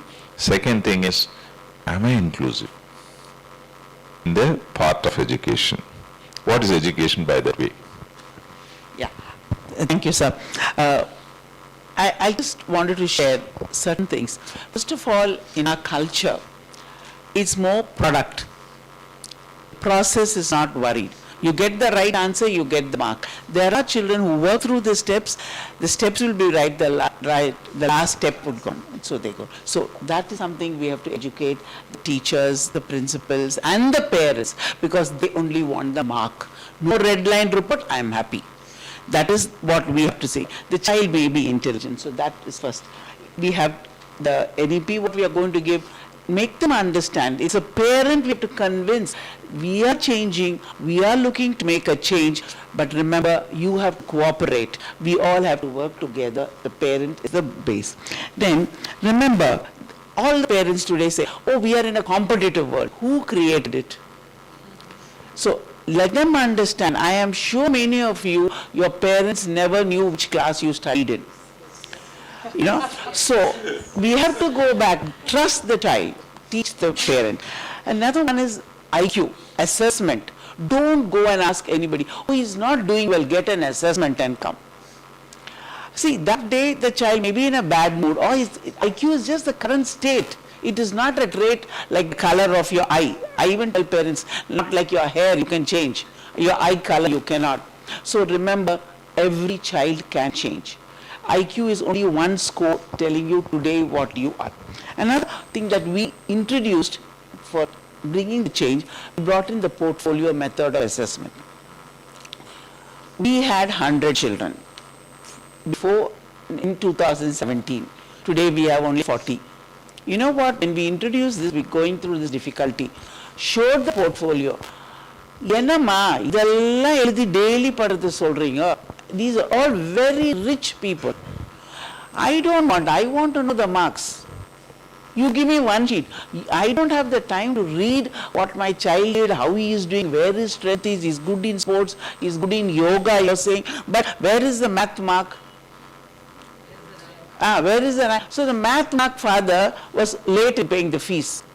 So when I asked the father, why sir you did not pay? Yes sir, marandu pochi. The date, how to calculate? Now he brings out his calculator. I said, see, you can do math, but you want your son to do math. We fight with parents. They don't like us. So no, we have got resource rooms in schools, we'll take. See, it is not a resource room. It is understanding what the child brings in, cooperation of the parents we have to bring in. The other thing we have to, what is, the portfolio, and we use a curriculum-based assessment. Where is the child in the beginning of the year in reading? We do initial, and we do where is the writing, it's the same reading at the end. Has he improved at least by 1 year, not by marks? I am not bothered. This is a doctor, top doctor in the city. I am not bothered how he reads our spells in the beginning and the end. Tell me whether he can run my hospital next year. I said, he's only in the 8th, sir, where can he run your hospital? It is a big fight. I tell my teachers, it is not the disability of the children we have to deal with, it is the disability of the parents, their mindset. I'm so happy to read about mindset. The self-efficacy of these children gets battered because of that. So we have to work. It is not only the high ranking. During COVID, when schools stopped taking, I have maids help us. We brought all the children to our online classes. All those children were so good. They were all motivated, like as you said, Sharanya. They said, I want to become an IAS officer. I don't want to become an engineer. I want to do this. I want to join the transport system and become a highman. But my same child who comes in this big Benz car, what do you want? Oh no, I must think about it. After the holiday to Switzerland. So where is this? It is the culture, and I am very happy that this kind of government school children are doing well. And when we talk to our children, oh no, we get accommodations. I don't like accommodations, which all schools give and our children do get, because you're teaching them to live in a false hope. Let them get the true marks. So that is something that we have to bring into the policy when we are saying education. NIOS has wonderful system of the occasional courses. You know what the parents say? We have to, I'm sure, when you also face the problem, so many skills for right from class 1, bakery, and children love it. They love it. Now they're getting used to it, or any other, or vermiculture.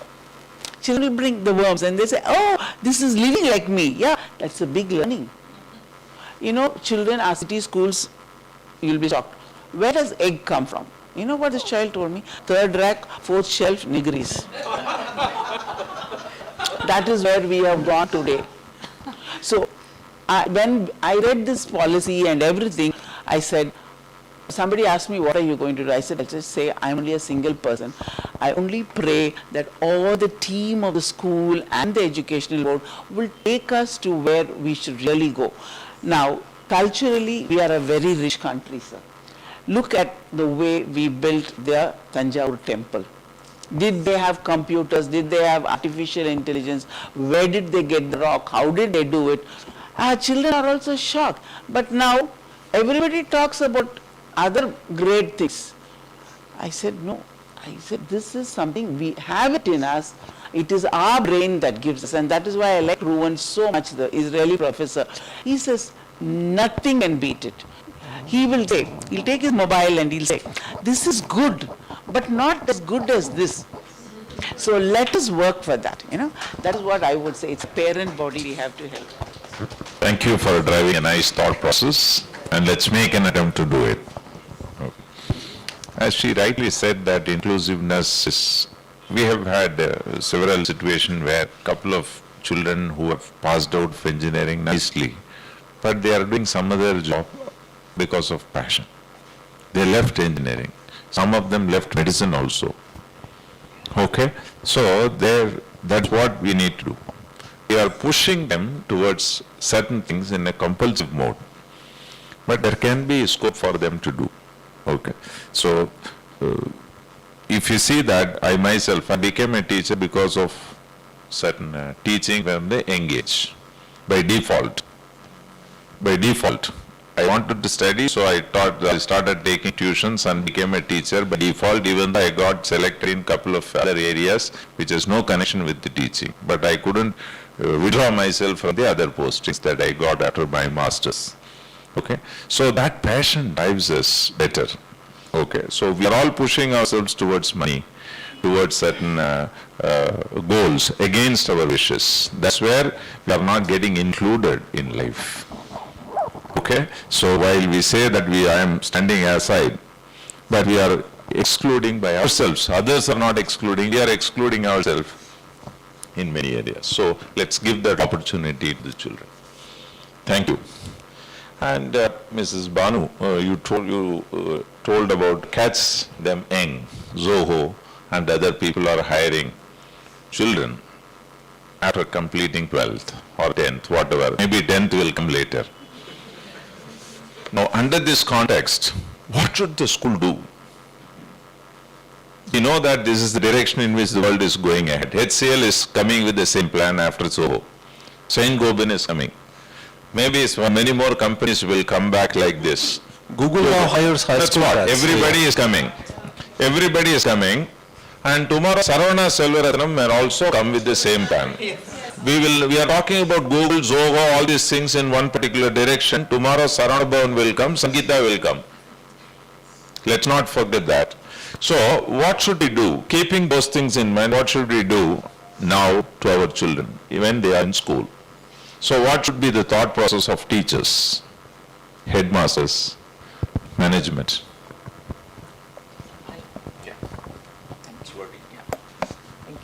I thank you for that question. I think it's close to my heart.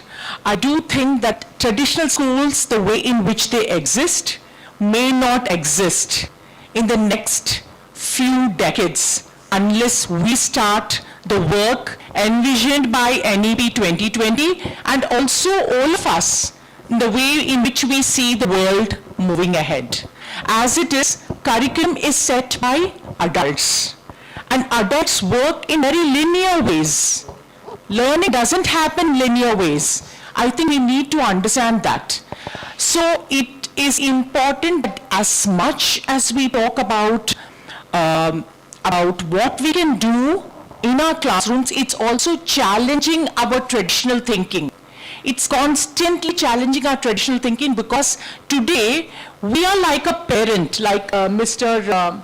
Neri spoke about artificial intelligence. He spoke about ChatGPT. As I was driving in here, I heard somebody saying on the radio that today even more powerful than Siri is ChatGPT. Yeah. So when all this is happening, today we need to understand the role of artificial intelligence and that human beings are still the parent. And what we feed to the artificial intelligence is what it's going to churn out. So it's important that we maintain that hierarchy. We also have to be very, very cognizant of what we are doing in the classrooms in terms of challenging everything that happens. So to build new knowledge requires us to constantly relook the way in which we are doing things. And like somebody made this beautiful point, I think Dr. Srinivas Raghavan spoke about, from being global to local. I think that's important. All of us need to start looking at things around us. And how are we going to do things that are going to impact us today rather than talk about living in Seattle or in Australia or so on. So I think that the most important thing that the NEP speaks about is teacher education. That's important, and I would say in a way we are a little challenged there. Honestly speaking, I come from a very traditional background. I come from a place where the teacher was the center of the classroom. I was just sitting and listening, and it was like pour the golden knowledge in, right? But today our children are not like that. So we need to constantly keep upskilling ourselves. I think we have to bring in more conferences like this with the teachers. We have to be presenting papers. The British Council used to do this. They used to do small little projects that I forget the name of that which was done. Okay, but India is a veritable storehouse of things that are happening. The problem is we don't document enough.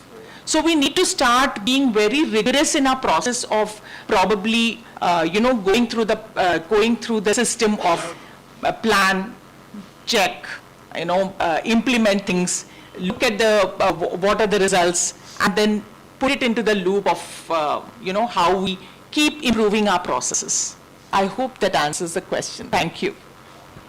Thank you for sharing, and it's a beautiful session. Kirai has helped us to think on certain thing. But I'm very happy that today we have not dwelled more into the NEP as discussed in other meetings. Okay? I think it is not like that. Yeah.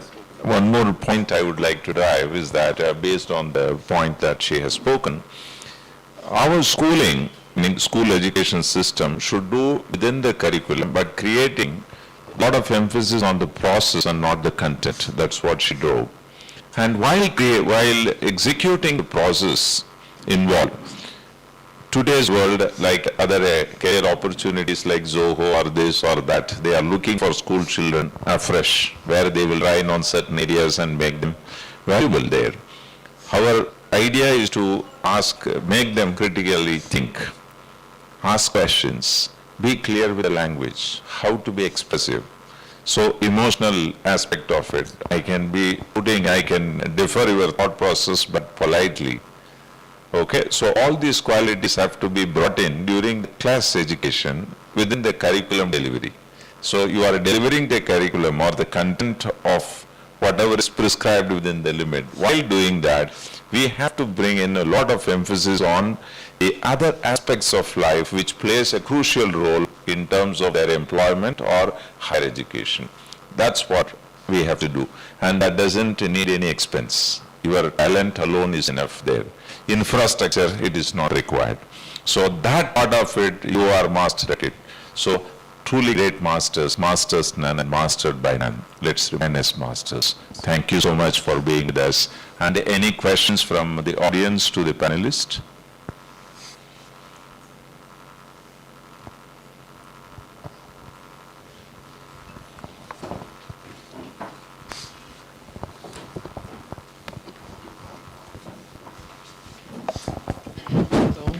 Thank you for the valuable inputs that you've given us on how this is going to be rolling out as we move into the education field and looking at how children will be incapacitated. Very rightly mentioned that these are the factors that we have to be looking at while we are also looking at how to implement NEP. But do we have a solution in hand is a very big question, isn't it? One thing that came out of this discussion was to look at the process, not the product.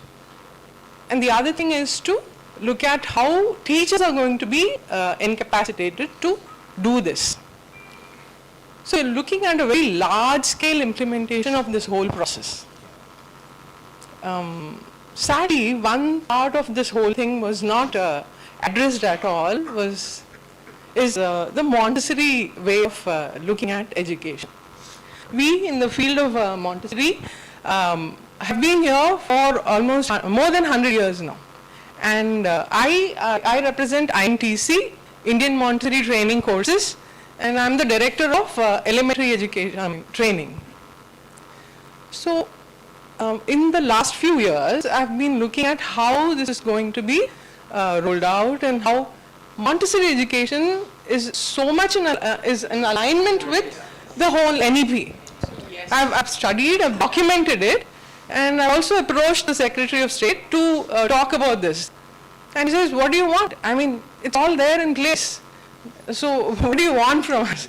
I said, it has to be recognized, it has to be identified that there's a very clear-cut solution for all the points that you have in NEP. It's only about the way of thinking. It's the methodology, it's not the content at all. It's not the content. The content is in place. Whatever we have studied is the same thing we are going to teach the children. The same 4 processes in math and all these theorems in science, but it has to be discovered by the child. The child has to own it. It has to become the second nature of the child to know these things. And that's what we do in the Montessori methodology. The child it is a self-discovery approach and a very practical way of manipulating the material and learning it for themselves.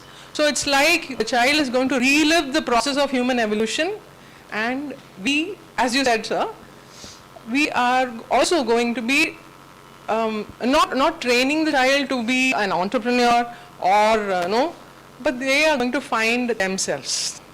We all individuals here, and we represent ourselves, isn't it? So this is what is going to be the outcome of an education system, where we are going to bring out the best in each person. And this should be the future of education. It's a beautiful point. Yeah, yeah. Good. Thank you. This is something that I wanted to. Sorry, because of lack of time, I think we have throw it open now to everybody. We'd love to hear your point of view, but we are very keen to hear.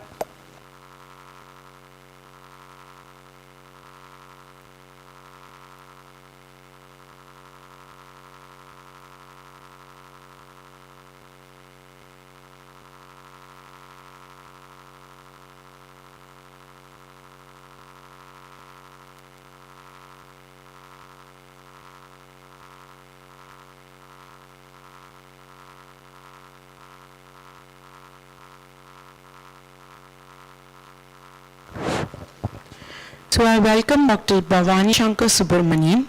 He is a passionate, highly experienced and acclaimed educationist who has been hugely successful in building institutional excellences. He has worked across organizations engaged in social enterprise buildings, environmental sustainability, academic research, post-secondary and K-12 education. An accomplished academic with research and management qualification, teaching and training certifications, and keen leadership capabilities, he brings with him strategic skills to seed, nurture, and manage the change continuing in education. Usually committed to building capacity across academic verticals, he currently directs and leads a team of dedicated educators and actively engages in progression of organizational transformation through fast-changing education environments. His personal interest focuses on stakeholder guidance, health and fitness and practices, curricular and instructional design and practices, teaching and professional training, ideation and innovations, inquiry and experiential researches. Welcome you, sir.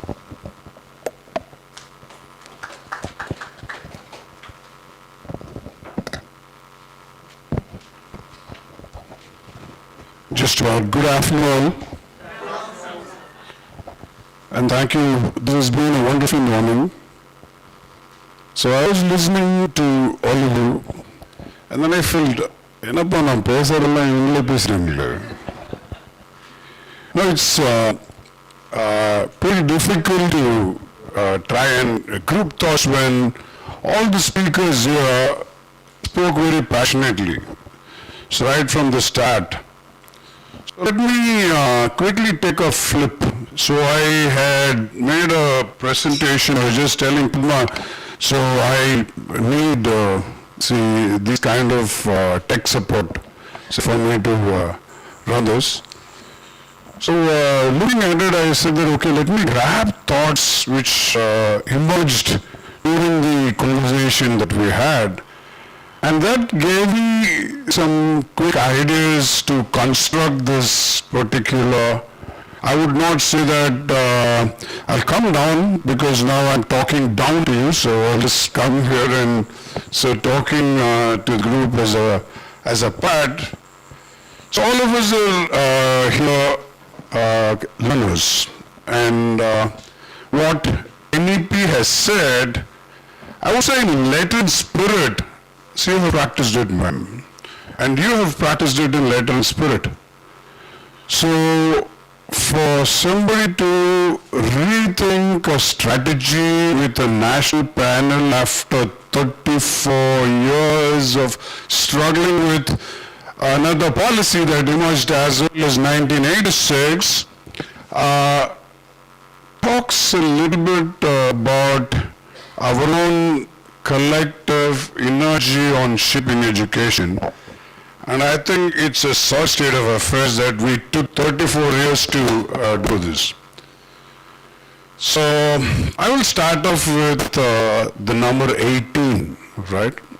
So you're on 18. We'll just pause it here and then let you regroup your own thoughts on what is this 18 about. Okay, so it might bring different thoughts to your head, so I would like that you reflect on it. I'll just pause. And then migrate from this 18 and then go on to the ways forward with the NEP. We started about evolution. I'll take a flip. I'll say we are at the apex of the evolutionary ladder. This is what Sharanya started this conversation with, saying that our children are more evolved than ever. So we'll park that and say that, hey, we are these wonderful people, so we represent the human species, and then we are at the apex of evolutionary ladder. And we have a very interesting history. The interesting history is that we are the only genus, or in biology, so in less than 300,000 years, we have lost about 9 of our own kind. Okay, so the last that we know about, so the Homo neanderthals, or the Neanderthal man. So in less than 300,000 years, which is but a speck. Banu talked about Carl Sagan, so he puts a calendar for 1 full year, saying that, you know what, the occurrence of humans in this 1 year evolutionary calendar is not even half an hour from midnight. If they start off, so we are so insignificant, and the modern man is something like 3 minutes. 3 minutes to midnight is what our existence is if we take the whole evolution as a, this is a beautiful calendar, you should look at it, and in such a space, we have destroyed 9 of our own kind. Okay, in such a small space. So this talks a lot about who we are collectively, and this is so much for the human power of thought and what we do to ourselves and what we do to the rest. So coming back, so I'm going to quickly look at the problems that emerged with NEP. So when this idea was propounded as early as 2016, several draft documents came out, and by the time that we had the 2020 policy coming out, we said, okay, we have the Grand 21 principles, and we spoke about all of this at length. I don't want to go back to it, but it clearly pointed out that the government looked at the early childhood care and education as the most fundamental problem. And then in order to justify the challenges that the government had in realizing early childhood care and education, they came up with this brilliant idea that, see, the large amount of population that we're talking about is resident in semi-urban and rural pockets, and therefore we just need warm bodies to take care of these children, and these warm bodies will be provided by high school graduates, so 10th or 12th, who may not have the capabilities to take executive decisions for children, to be placed with children. So the Anganwadis said that, okay, we want to support it, you just put these people in place. So we will pause once again and said that, is that idea right? Okay? Now, all of us that are represented here are represented by educational organizations that possibly amount point not 1%, maybe 1 in 10,000. So we are not even a true representation of, say, what the education landscape is. And interestingly, we are the most awful voices that emerge in this space. Are we truly inclusive in this group is another question. Why are we not having representations from the government schools? Why are we not having representation from parent bodies? Why are we not having representation from children bodies when we have this conversation that we feel is pertinent to this entire audience, right? So we will have to once again pause and rethink, and I'm saying that this is how the entire NEP is getting structured in our way to execute it. I'm taking a devil's advocate view because all of you collectively feel the best sides of it. Let me take a very balanced view and say that what we need to do to make these changes. So we understand that in order that the children get the benefit of the best formative education, we need teacher capabilities. We spoke about the NEP going ahead and calling out, hey, 5 years would be the foundational stage. You may want to start at about 3 years, and it is very fair to assume that the child needs to be about 6 years of age when the child enters class 1. And then you have, so we have been debating about it, me and Subbu, we debated largely about a particular government order that emerged on the 13th of January, which talked about the private schools regulation rules, Tamil Nadu 2023. Padmini Ma'am also knows about it, I would say. So this goes ahead and said, just to spite what NEP has said, it clearly said that you may put the child in school at 2 years of age. Okay, by 5 years he can get into class 1. You know what? That is determined by July 31 as the date. Okay, in Assam it could be September, in some other state it could be April, in some other state, in Tamil Nadu it is July 31. And then a right on it that said, you know what, the DEO has the right to relax the entry age to 1.5 years by 6 months. So which means that, so you snatch the child from the cradle and then put the child, because of this wonderful policy, which has come as a rule for regulating the private schools. It doesn't talk about government schools. Okay? So we will have to look at the dichotomy that exists in the language that is spoken towards execution.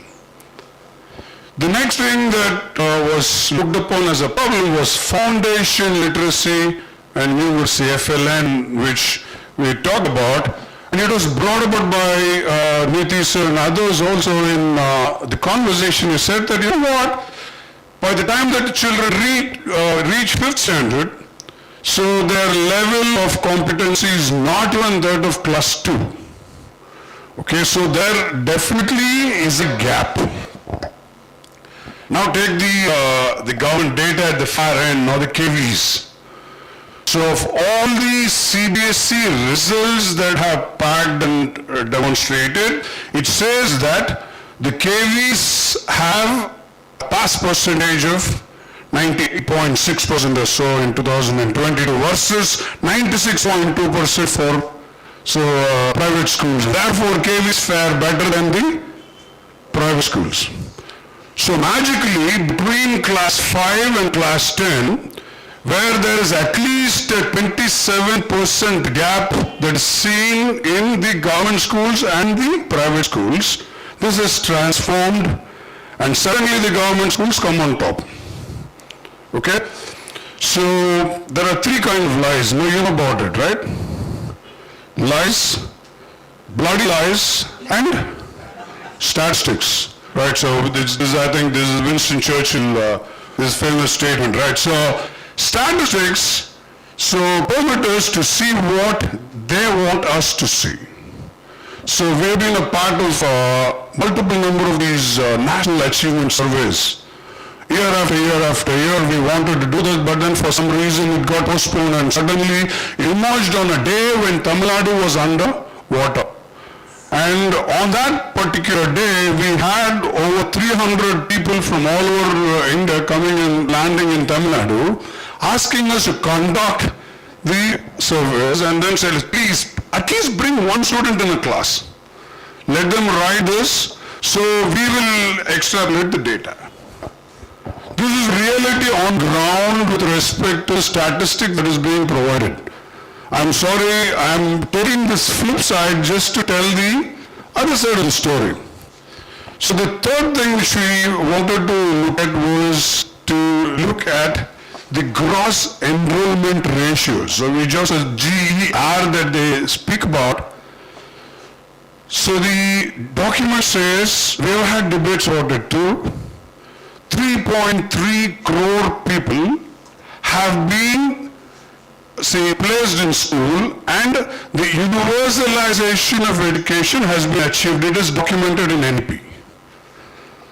So the population registry says that 34.4 crore people are in the age group of school-going years, which means that by, say, the age of 3 to the age of 18.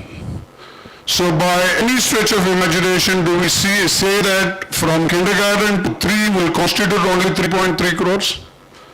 The maths is terribly wrong. So why would two different departments, so one, say, which talks about education and one which talks about population, would not talk to each other and say, hey, look, you're giving us statistics, I'm giving you statistics, at least let us match the statistics and make it appear that it works good to all. So that has not happened. So gross enrollment ratio is going up. So however, so the NEP came with an observation that over the period of 2010 to 2015, when they took the data, over 2.7 crore children migrated from government schools to private schools. So which clearly indicates that private schools' expectations among the parent body is a lot better. It also said that, you know what, we're spending about 46% of all the money that is spent on education, and the maximum amount of money that is drawn are drawn by the teachers' salaries for government schools. So therefore where the private schools would pay maybe 15,000 rupees to a teacher to enter kindergarten or whatever, the same kindergarten teacher in the government school may get double the salary. And the data goes ahead and says that even Kendriya Vidyalaya data on its own site would go ahead and say that 4,700 leave vacancies need to be filled. Okay, on the other side it says that, so all these, the state departments go ahead and say that several schools are functioning with only one teacher. Right? On the other side, it goes ahead and says that, you know what, we might need about 2.5 lakh teachers to take up jobs.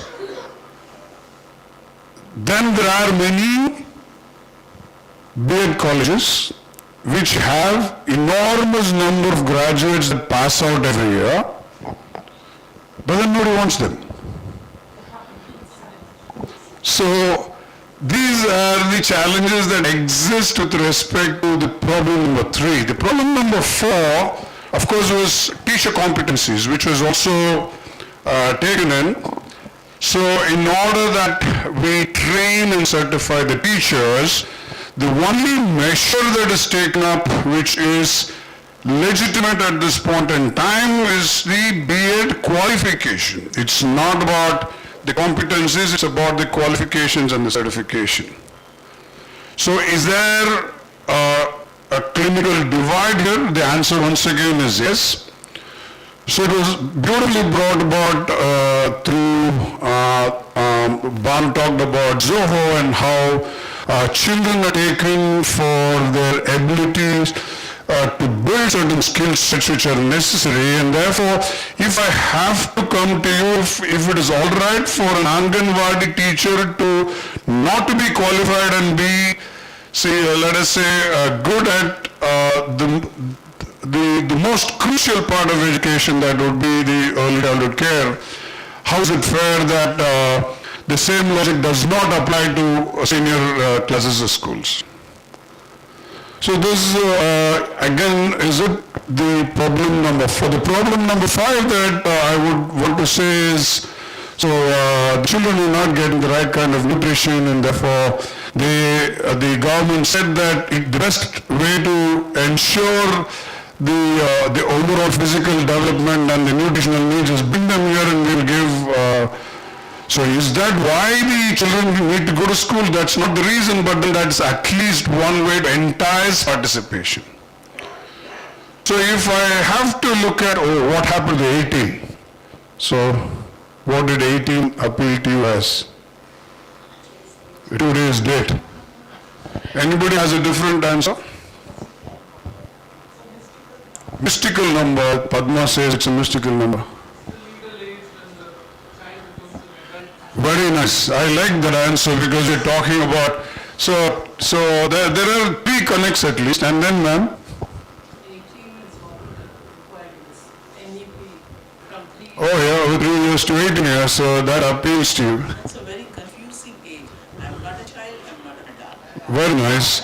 So now our perspective is about 18. We just took a number 18. So it appealed to different people in different ways. Am I communicating with clarity? So now the question that I'm posing to all of you is 18 is the answer. 18 is the answer. What is the question?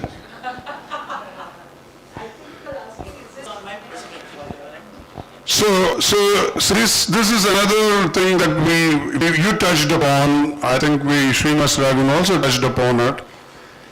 So it is our intent. We spoke about, the conceptual emergence and then the purpose of education and what needs to be taught at these times. And I would say, it appealed to me when you started speaking, ma'am, the need for inclusion and diversity, and I said that, it's not about, the absence of intelligence in the child, it is our inability to track that intelligence in the child. So we are stereotyping our intelligence, and personally I would say that pedagogy is the wrong usage. So pedagogy is a practice where adult determines and adult directs the child's learning. Should it continue, and from where the real life experiences and the multisensory approach to education emerges and stems from Montessori methods. So do we feel that is the way forward? And still we are using the term pedagogy. Why not pedagogical practices where the child determines and the child directs and the adult merely facilitates? So that's another thought. And with respect to how NEP is shaping, so NEP is shaping with these dichotomous practices when it comes to teacher education again. So there are promotions, and when questions were pointed to the body, so we were in a couple of meetings and in a public hearing when we pointed this out, so the entire committee members kept quiet. It talked about 10 teachers being equal, and the policies and reservations and promotions emerging, which is putting out competent teachers out of this practice. So NEP kept quiet. Okay, there are several areas where they have, not spoken about the challenges. Leaving all of this aside, it is a wonderful desired document. It talks about will be done, must be done, should be done. So the how of it is not presented, but the 2 years rollout time. So you have brilliant documents emerging. Sarthak is a beautiful document. The Nipul Bharat is a beautiful document. The Diksha portal is coming up really well. So you have something called Nishtha that is emerging. So you have the SAFL as your assessment gateways. All of these are like brilliant acronyms, and the framework or the desire to move on is very, very evident. I would say the challenges that are very real on ground are not confounding us as private players, because we have demonstrated the energy to understand it and appreciate this energy as a small group. Yes, we will make this change. So the change happens when you put the first step forward. So this change is going to get evident. But I would say collectively, see what we can contribute to the community will have to be the core or the essence of making sense of NEP. And that can happen only if these private-public partnerships move and get bigger and bigger. So I would just look at a couple of these thoughts. Now, I'm very doubtful about, say, how we are moving ahead, and it's a personal, honest and fair estimate. I will leave you with these thoughts. So if I am skeptical about skepticism, would make me more skeptical or less skeptical? So no, it's a conundrum. No, I can't give a right answer. It's which came first, the egg or the hen. So there are multiple thoughts such as this where we struggle with the right kind of answers. So in our effort to make sense and the direction, so we just say that we wanted to make sense of what NEP was about and whether it is going to give us any direction, I think, see, the best way to address this will not be in pockets where we, see, knowledge and the mistakes, especially the mistakes, have to be shared. So when I make a big goof up, I will have to come on stage and acknowledge that I made this goof up. Guys, you don't make this goof up in your schools. So the best practice is great. But all of us believe that these gaps that we see from the school to colleges is plenty, and we had conversations with the vice chancellors of about 27 universities that came forward and said that, you know what, so marks don't matter to us. So most of the students who score more than 90% in the board examinations fail the first 2 semesters. So it's a clear indication that their expectancies and what we say as marks don't match. So what's the point in saying that the outcomes are measured, these outcomes, and I would not say results. Okay, that's very myopic. I will not even say learning outcomes. They are also myopic. I would go ahead and say behavioral outcomes changes. So if a child who studied with you 10 years down the line is able to apply the learning to real life situations and make sense of it, then we have achieved some kind of sense to or purpose to what we have done. So my takeaways from this, what would be the single biggest learning? What emerged was change readiness. What emerged was skills transference. And what emerged even bigger was, well, these 2 skill sets piggyback on. They piggyback on resilience. I would say, so we need to start working towards change readiness, skills transference, which means that I picked up skill A and I need to get it transferred to skill B or whatever. And most importantly, I need to learn the ability to bounce back every time. So, and all of this, I would say, will emerge only by the act of forgiving self. Because we do mistakes, almost every day, and unless I forgive myself, I will not be in a position to look at the world in a more pleasing way. And forgiving yourself be the biggest act of love. I think the self-love could be I think that will promote the kind of joy and happiness and draw purpose to what we do. So thank you so much for giving me this opportunity.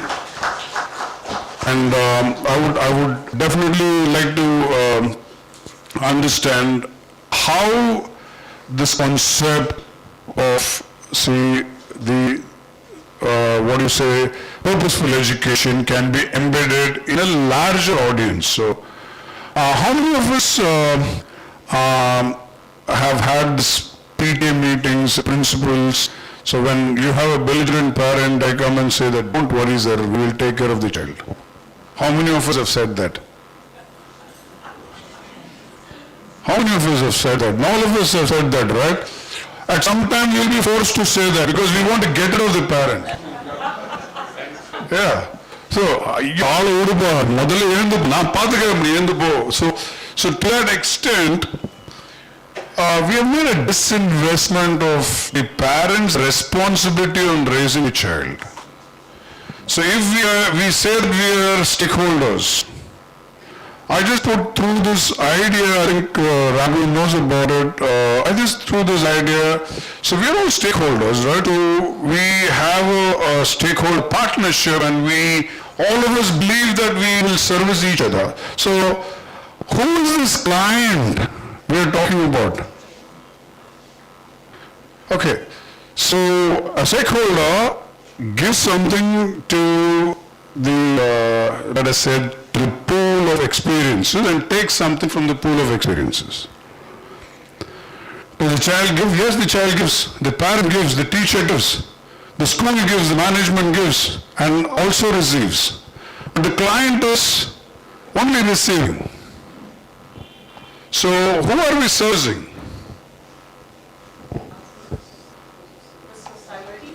Society. Society also receives and also gives. See, the client is never a person. The client is only a concept or a vision.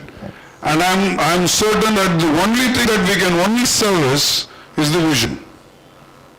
So when a conversation happened, who is your client? I said, I don't even know who the client is. Because the client, according to the proper definitions, is the person or somebody who only receives the service. So in the equation of a school, there is no single person who only receives the service. Therefore, there is no client. This client can only be a concept. And I would say, if we are looking at NEP, I think our purpose is NEP is the client.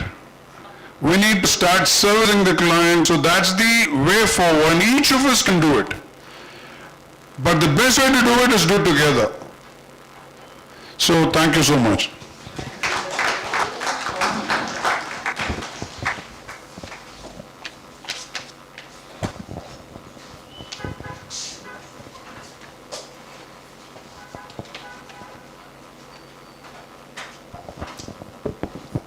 Thank you so much. We've had a wonderful morning. We've heard so much about it.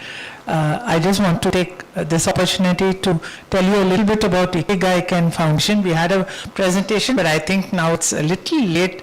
So I'll just tell you briefly about what we are into. Seeing all of the features of NEP.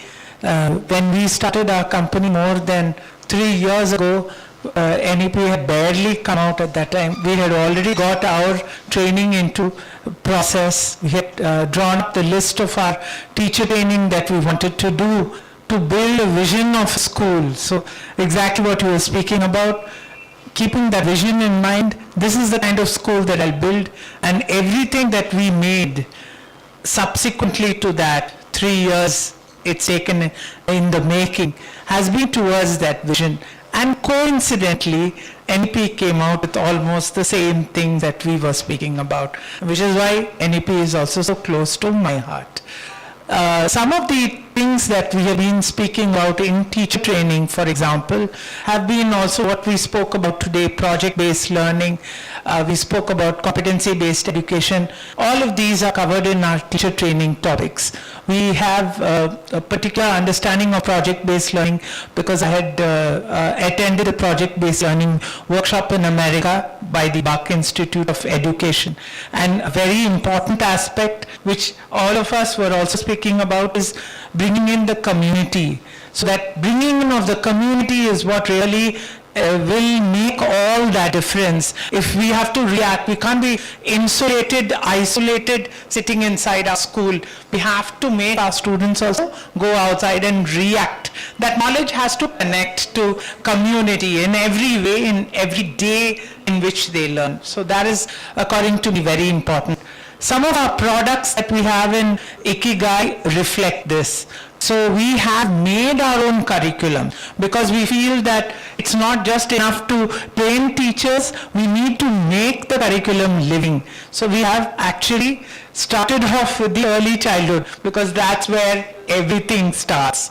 And we have started with an infant program. We start at 8 months. So because that's where the child learns, in the lap of the mother. And that's where the parent is also 100% involved. The parent cannot walk away. The learning is happening right.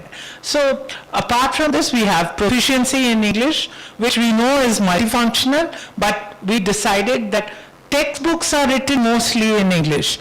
Unless you have a teacher who's over there who is able to produce whatever the learning is going to happen, she is able to speak in both the languages. How are we going to implement this? So we wrote our own curriculum for proficiency in English because we felt that our students should also know exactly how to go about this. These are some of our products, and this is a little bit about Ikigai Foundation. I'd like to also invite, we have 2 other companies today with us who are partnering us. I'd like to just invite them. They'll just take 2 minutes of your time, and then we'll go on for lunch. I just ask Brainfeed to come here today, and who can have a few words. Yes, Radhika. Yes. Radhika is my colleague over here today. Yes. I was in a little bit of hurry since we have another program which is coming out, which is the Job Smart, which is exactly what we are speaking about, the skilling. We have this product which is into the skilling and teaching students in higher education as well, how to be job ready. Something which we start in school and continue on to college. Thank you. Yes. Yes, please do. Hi, very good afternoon. I'm Sachin from Brainfeed magazine. I'm sure some of you would have heard of it, and many of you would have heard of it for the first time today when I came to you and probably gave you the magazines. Yeah. Some of you haven't received the magazines yet, I guess, so I'll request my colleague Ram to hand over the magazines to everybody. If you can just raise your hands if you've not received a bag of Brainfeed magazine, he'll come around and give it to you. Yeah? Thank you so much. Ram, can you do it now? Okay. Okay, fine. So I had a presentation ready, but Dr. Bhavani Shankar started a trend of not showing the presentation, so taking and then Padma following suit to that. I'll also junk the presentation. We are short of time and I think we are hungry too. So I'll keep it really simple. Just to introduce Brainfeed to you. Brainfeed has been working for last 10 years in the field of education. As an EduMedia company, we started with magazines, which are monthly magazines for the educators. And gradually as we scaled, within a couple of years, we reached 40,000 subscriptions, and there was a demand for student editions also to come. So as we are talking of the things that, the way the generation is changing, the way the kids are changing, that is what Dr. Sharanya was talking about. One of the aspects that we really feel are missing today is the reading habit in the children. And I think that is also because we ourselves are losing the reading habit. It's not just the children. We don't set the example right for them. Another thing that I'd like to put across is that parents send children to school because they are not able to teach them in general. Okay, I'm not saying that parents can't teach. They do have the basic teaching coming into the children, but then they can't have the kind of teaching a school specializes in. So shouldn't, as a school or as a teacher, we also imbibe that habit of reading in the children? As a school, we just stick to textbooks. But do you think textbooks will build a reading habit? Difficult, right? So we had Champaks in our time, we had Chandamamas in our time, we had Tinkles in our time and all, right? We used to read them. We read Tintins. We read umpteen number of books. That was the source of entertainment. But now the screen in front, and not just the screen, it's more of videos in front. Yeah. So this habit is going out. So the educators magazines that we have brought in, that probably is to indicate that yes, we also need to read. I'm sure a lot of schools here have a dear time there. Yeah, you will implement dear time. That's lovely, and I think every school should bring that in. We set examples as educators that yes, reading is important. Then we have got student magazines which they pick up and they read. Magazines, not textbooks. Magazines, not gyan. Yeah, magazines which they feel attracted to. Yeah, so this is what BrainFeed is bringing to you, and it would be great if you go through the magazines that we give to you, read them. They are monthly magazines. If you really like them, do subscribe it for your schools. Yeah, thank you so much. Thank you. I wouldn't take more time of yours. Thank you.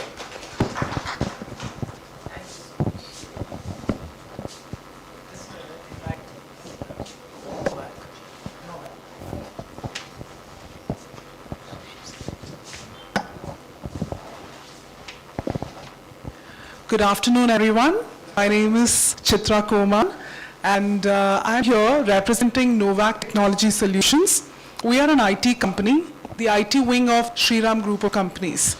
And you might be wondering what a tech company is doing at this gathering. First of all, I'd love to thank the Ikigai Ken Foundation to provide us this opportunity to present to such honored principals and school heads like yourselves here.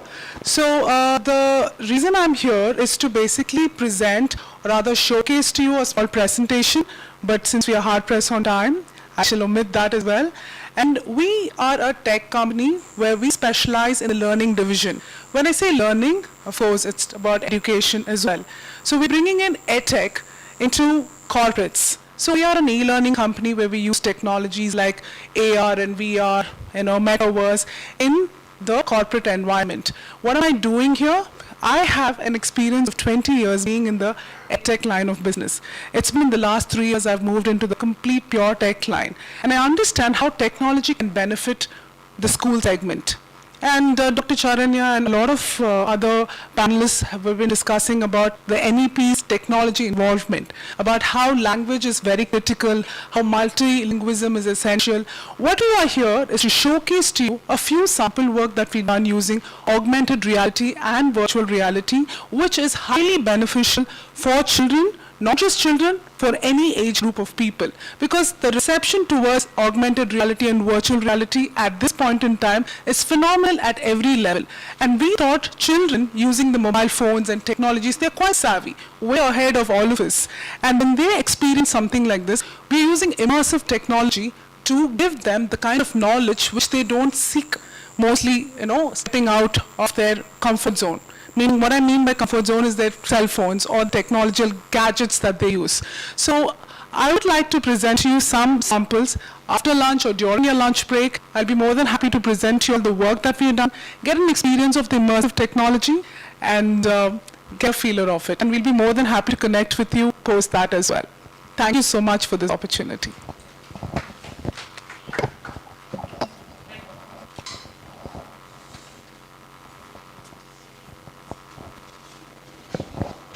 We'll just invite Mr. Neti now, just to give a few plaques in memoriam of today's occasion. It's very nice.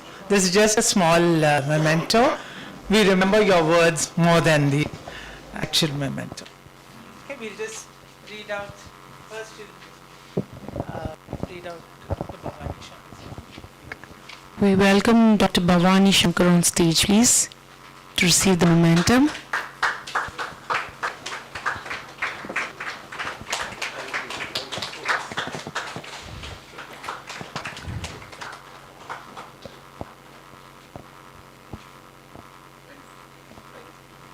And I welcome Mrs. Lalita Ramanujan.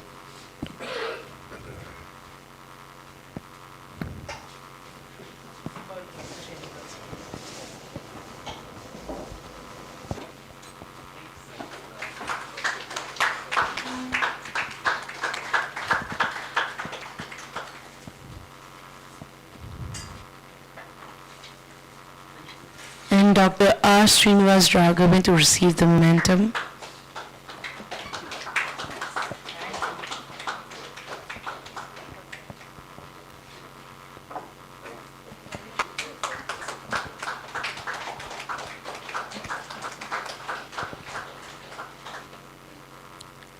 And Dr. Banu Shankar.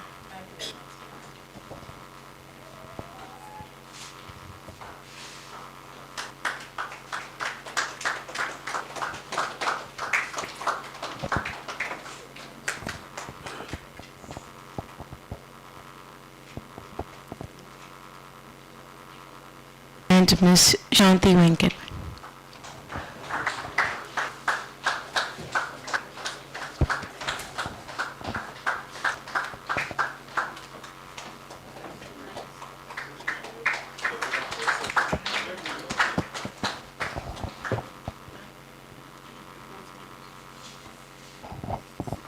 I think we are not able to give it to Dr. Sharanya, she has left. So I will just be sending it over to her. Thank you so much, Niti. Okay, just a short vote of thanks to everybody. Thank you very much. It's been a great morning. I think we've learned a lot. We've exchanged a lot of ideas. We've had a lot of fun, a lot of humor. Thanks a lot, everybody. Please join us for lunch. Yeah.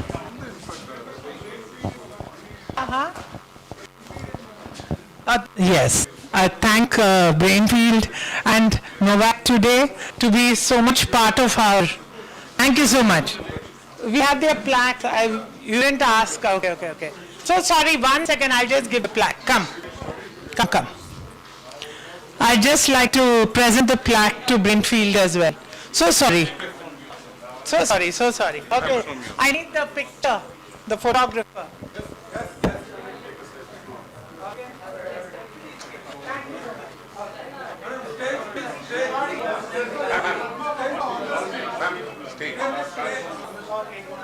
So they want us the entire format. Okay. I'm so sorry, I just forgot that.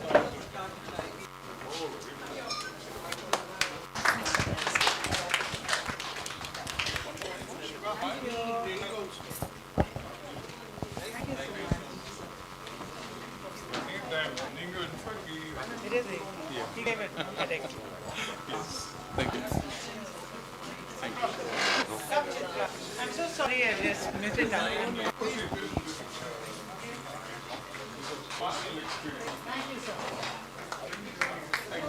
Thank you, sir. Neti, sir. He's only given out. You want us to give Neti, sir, also? Neti, sir.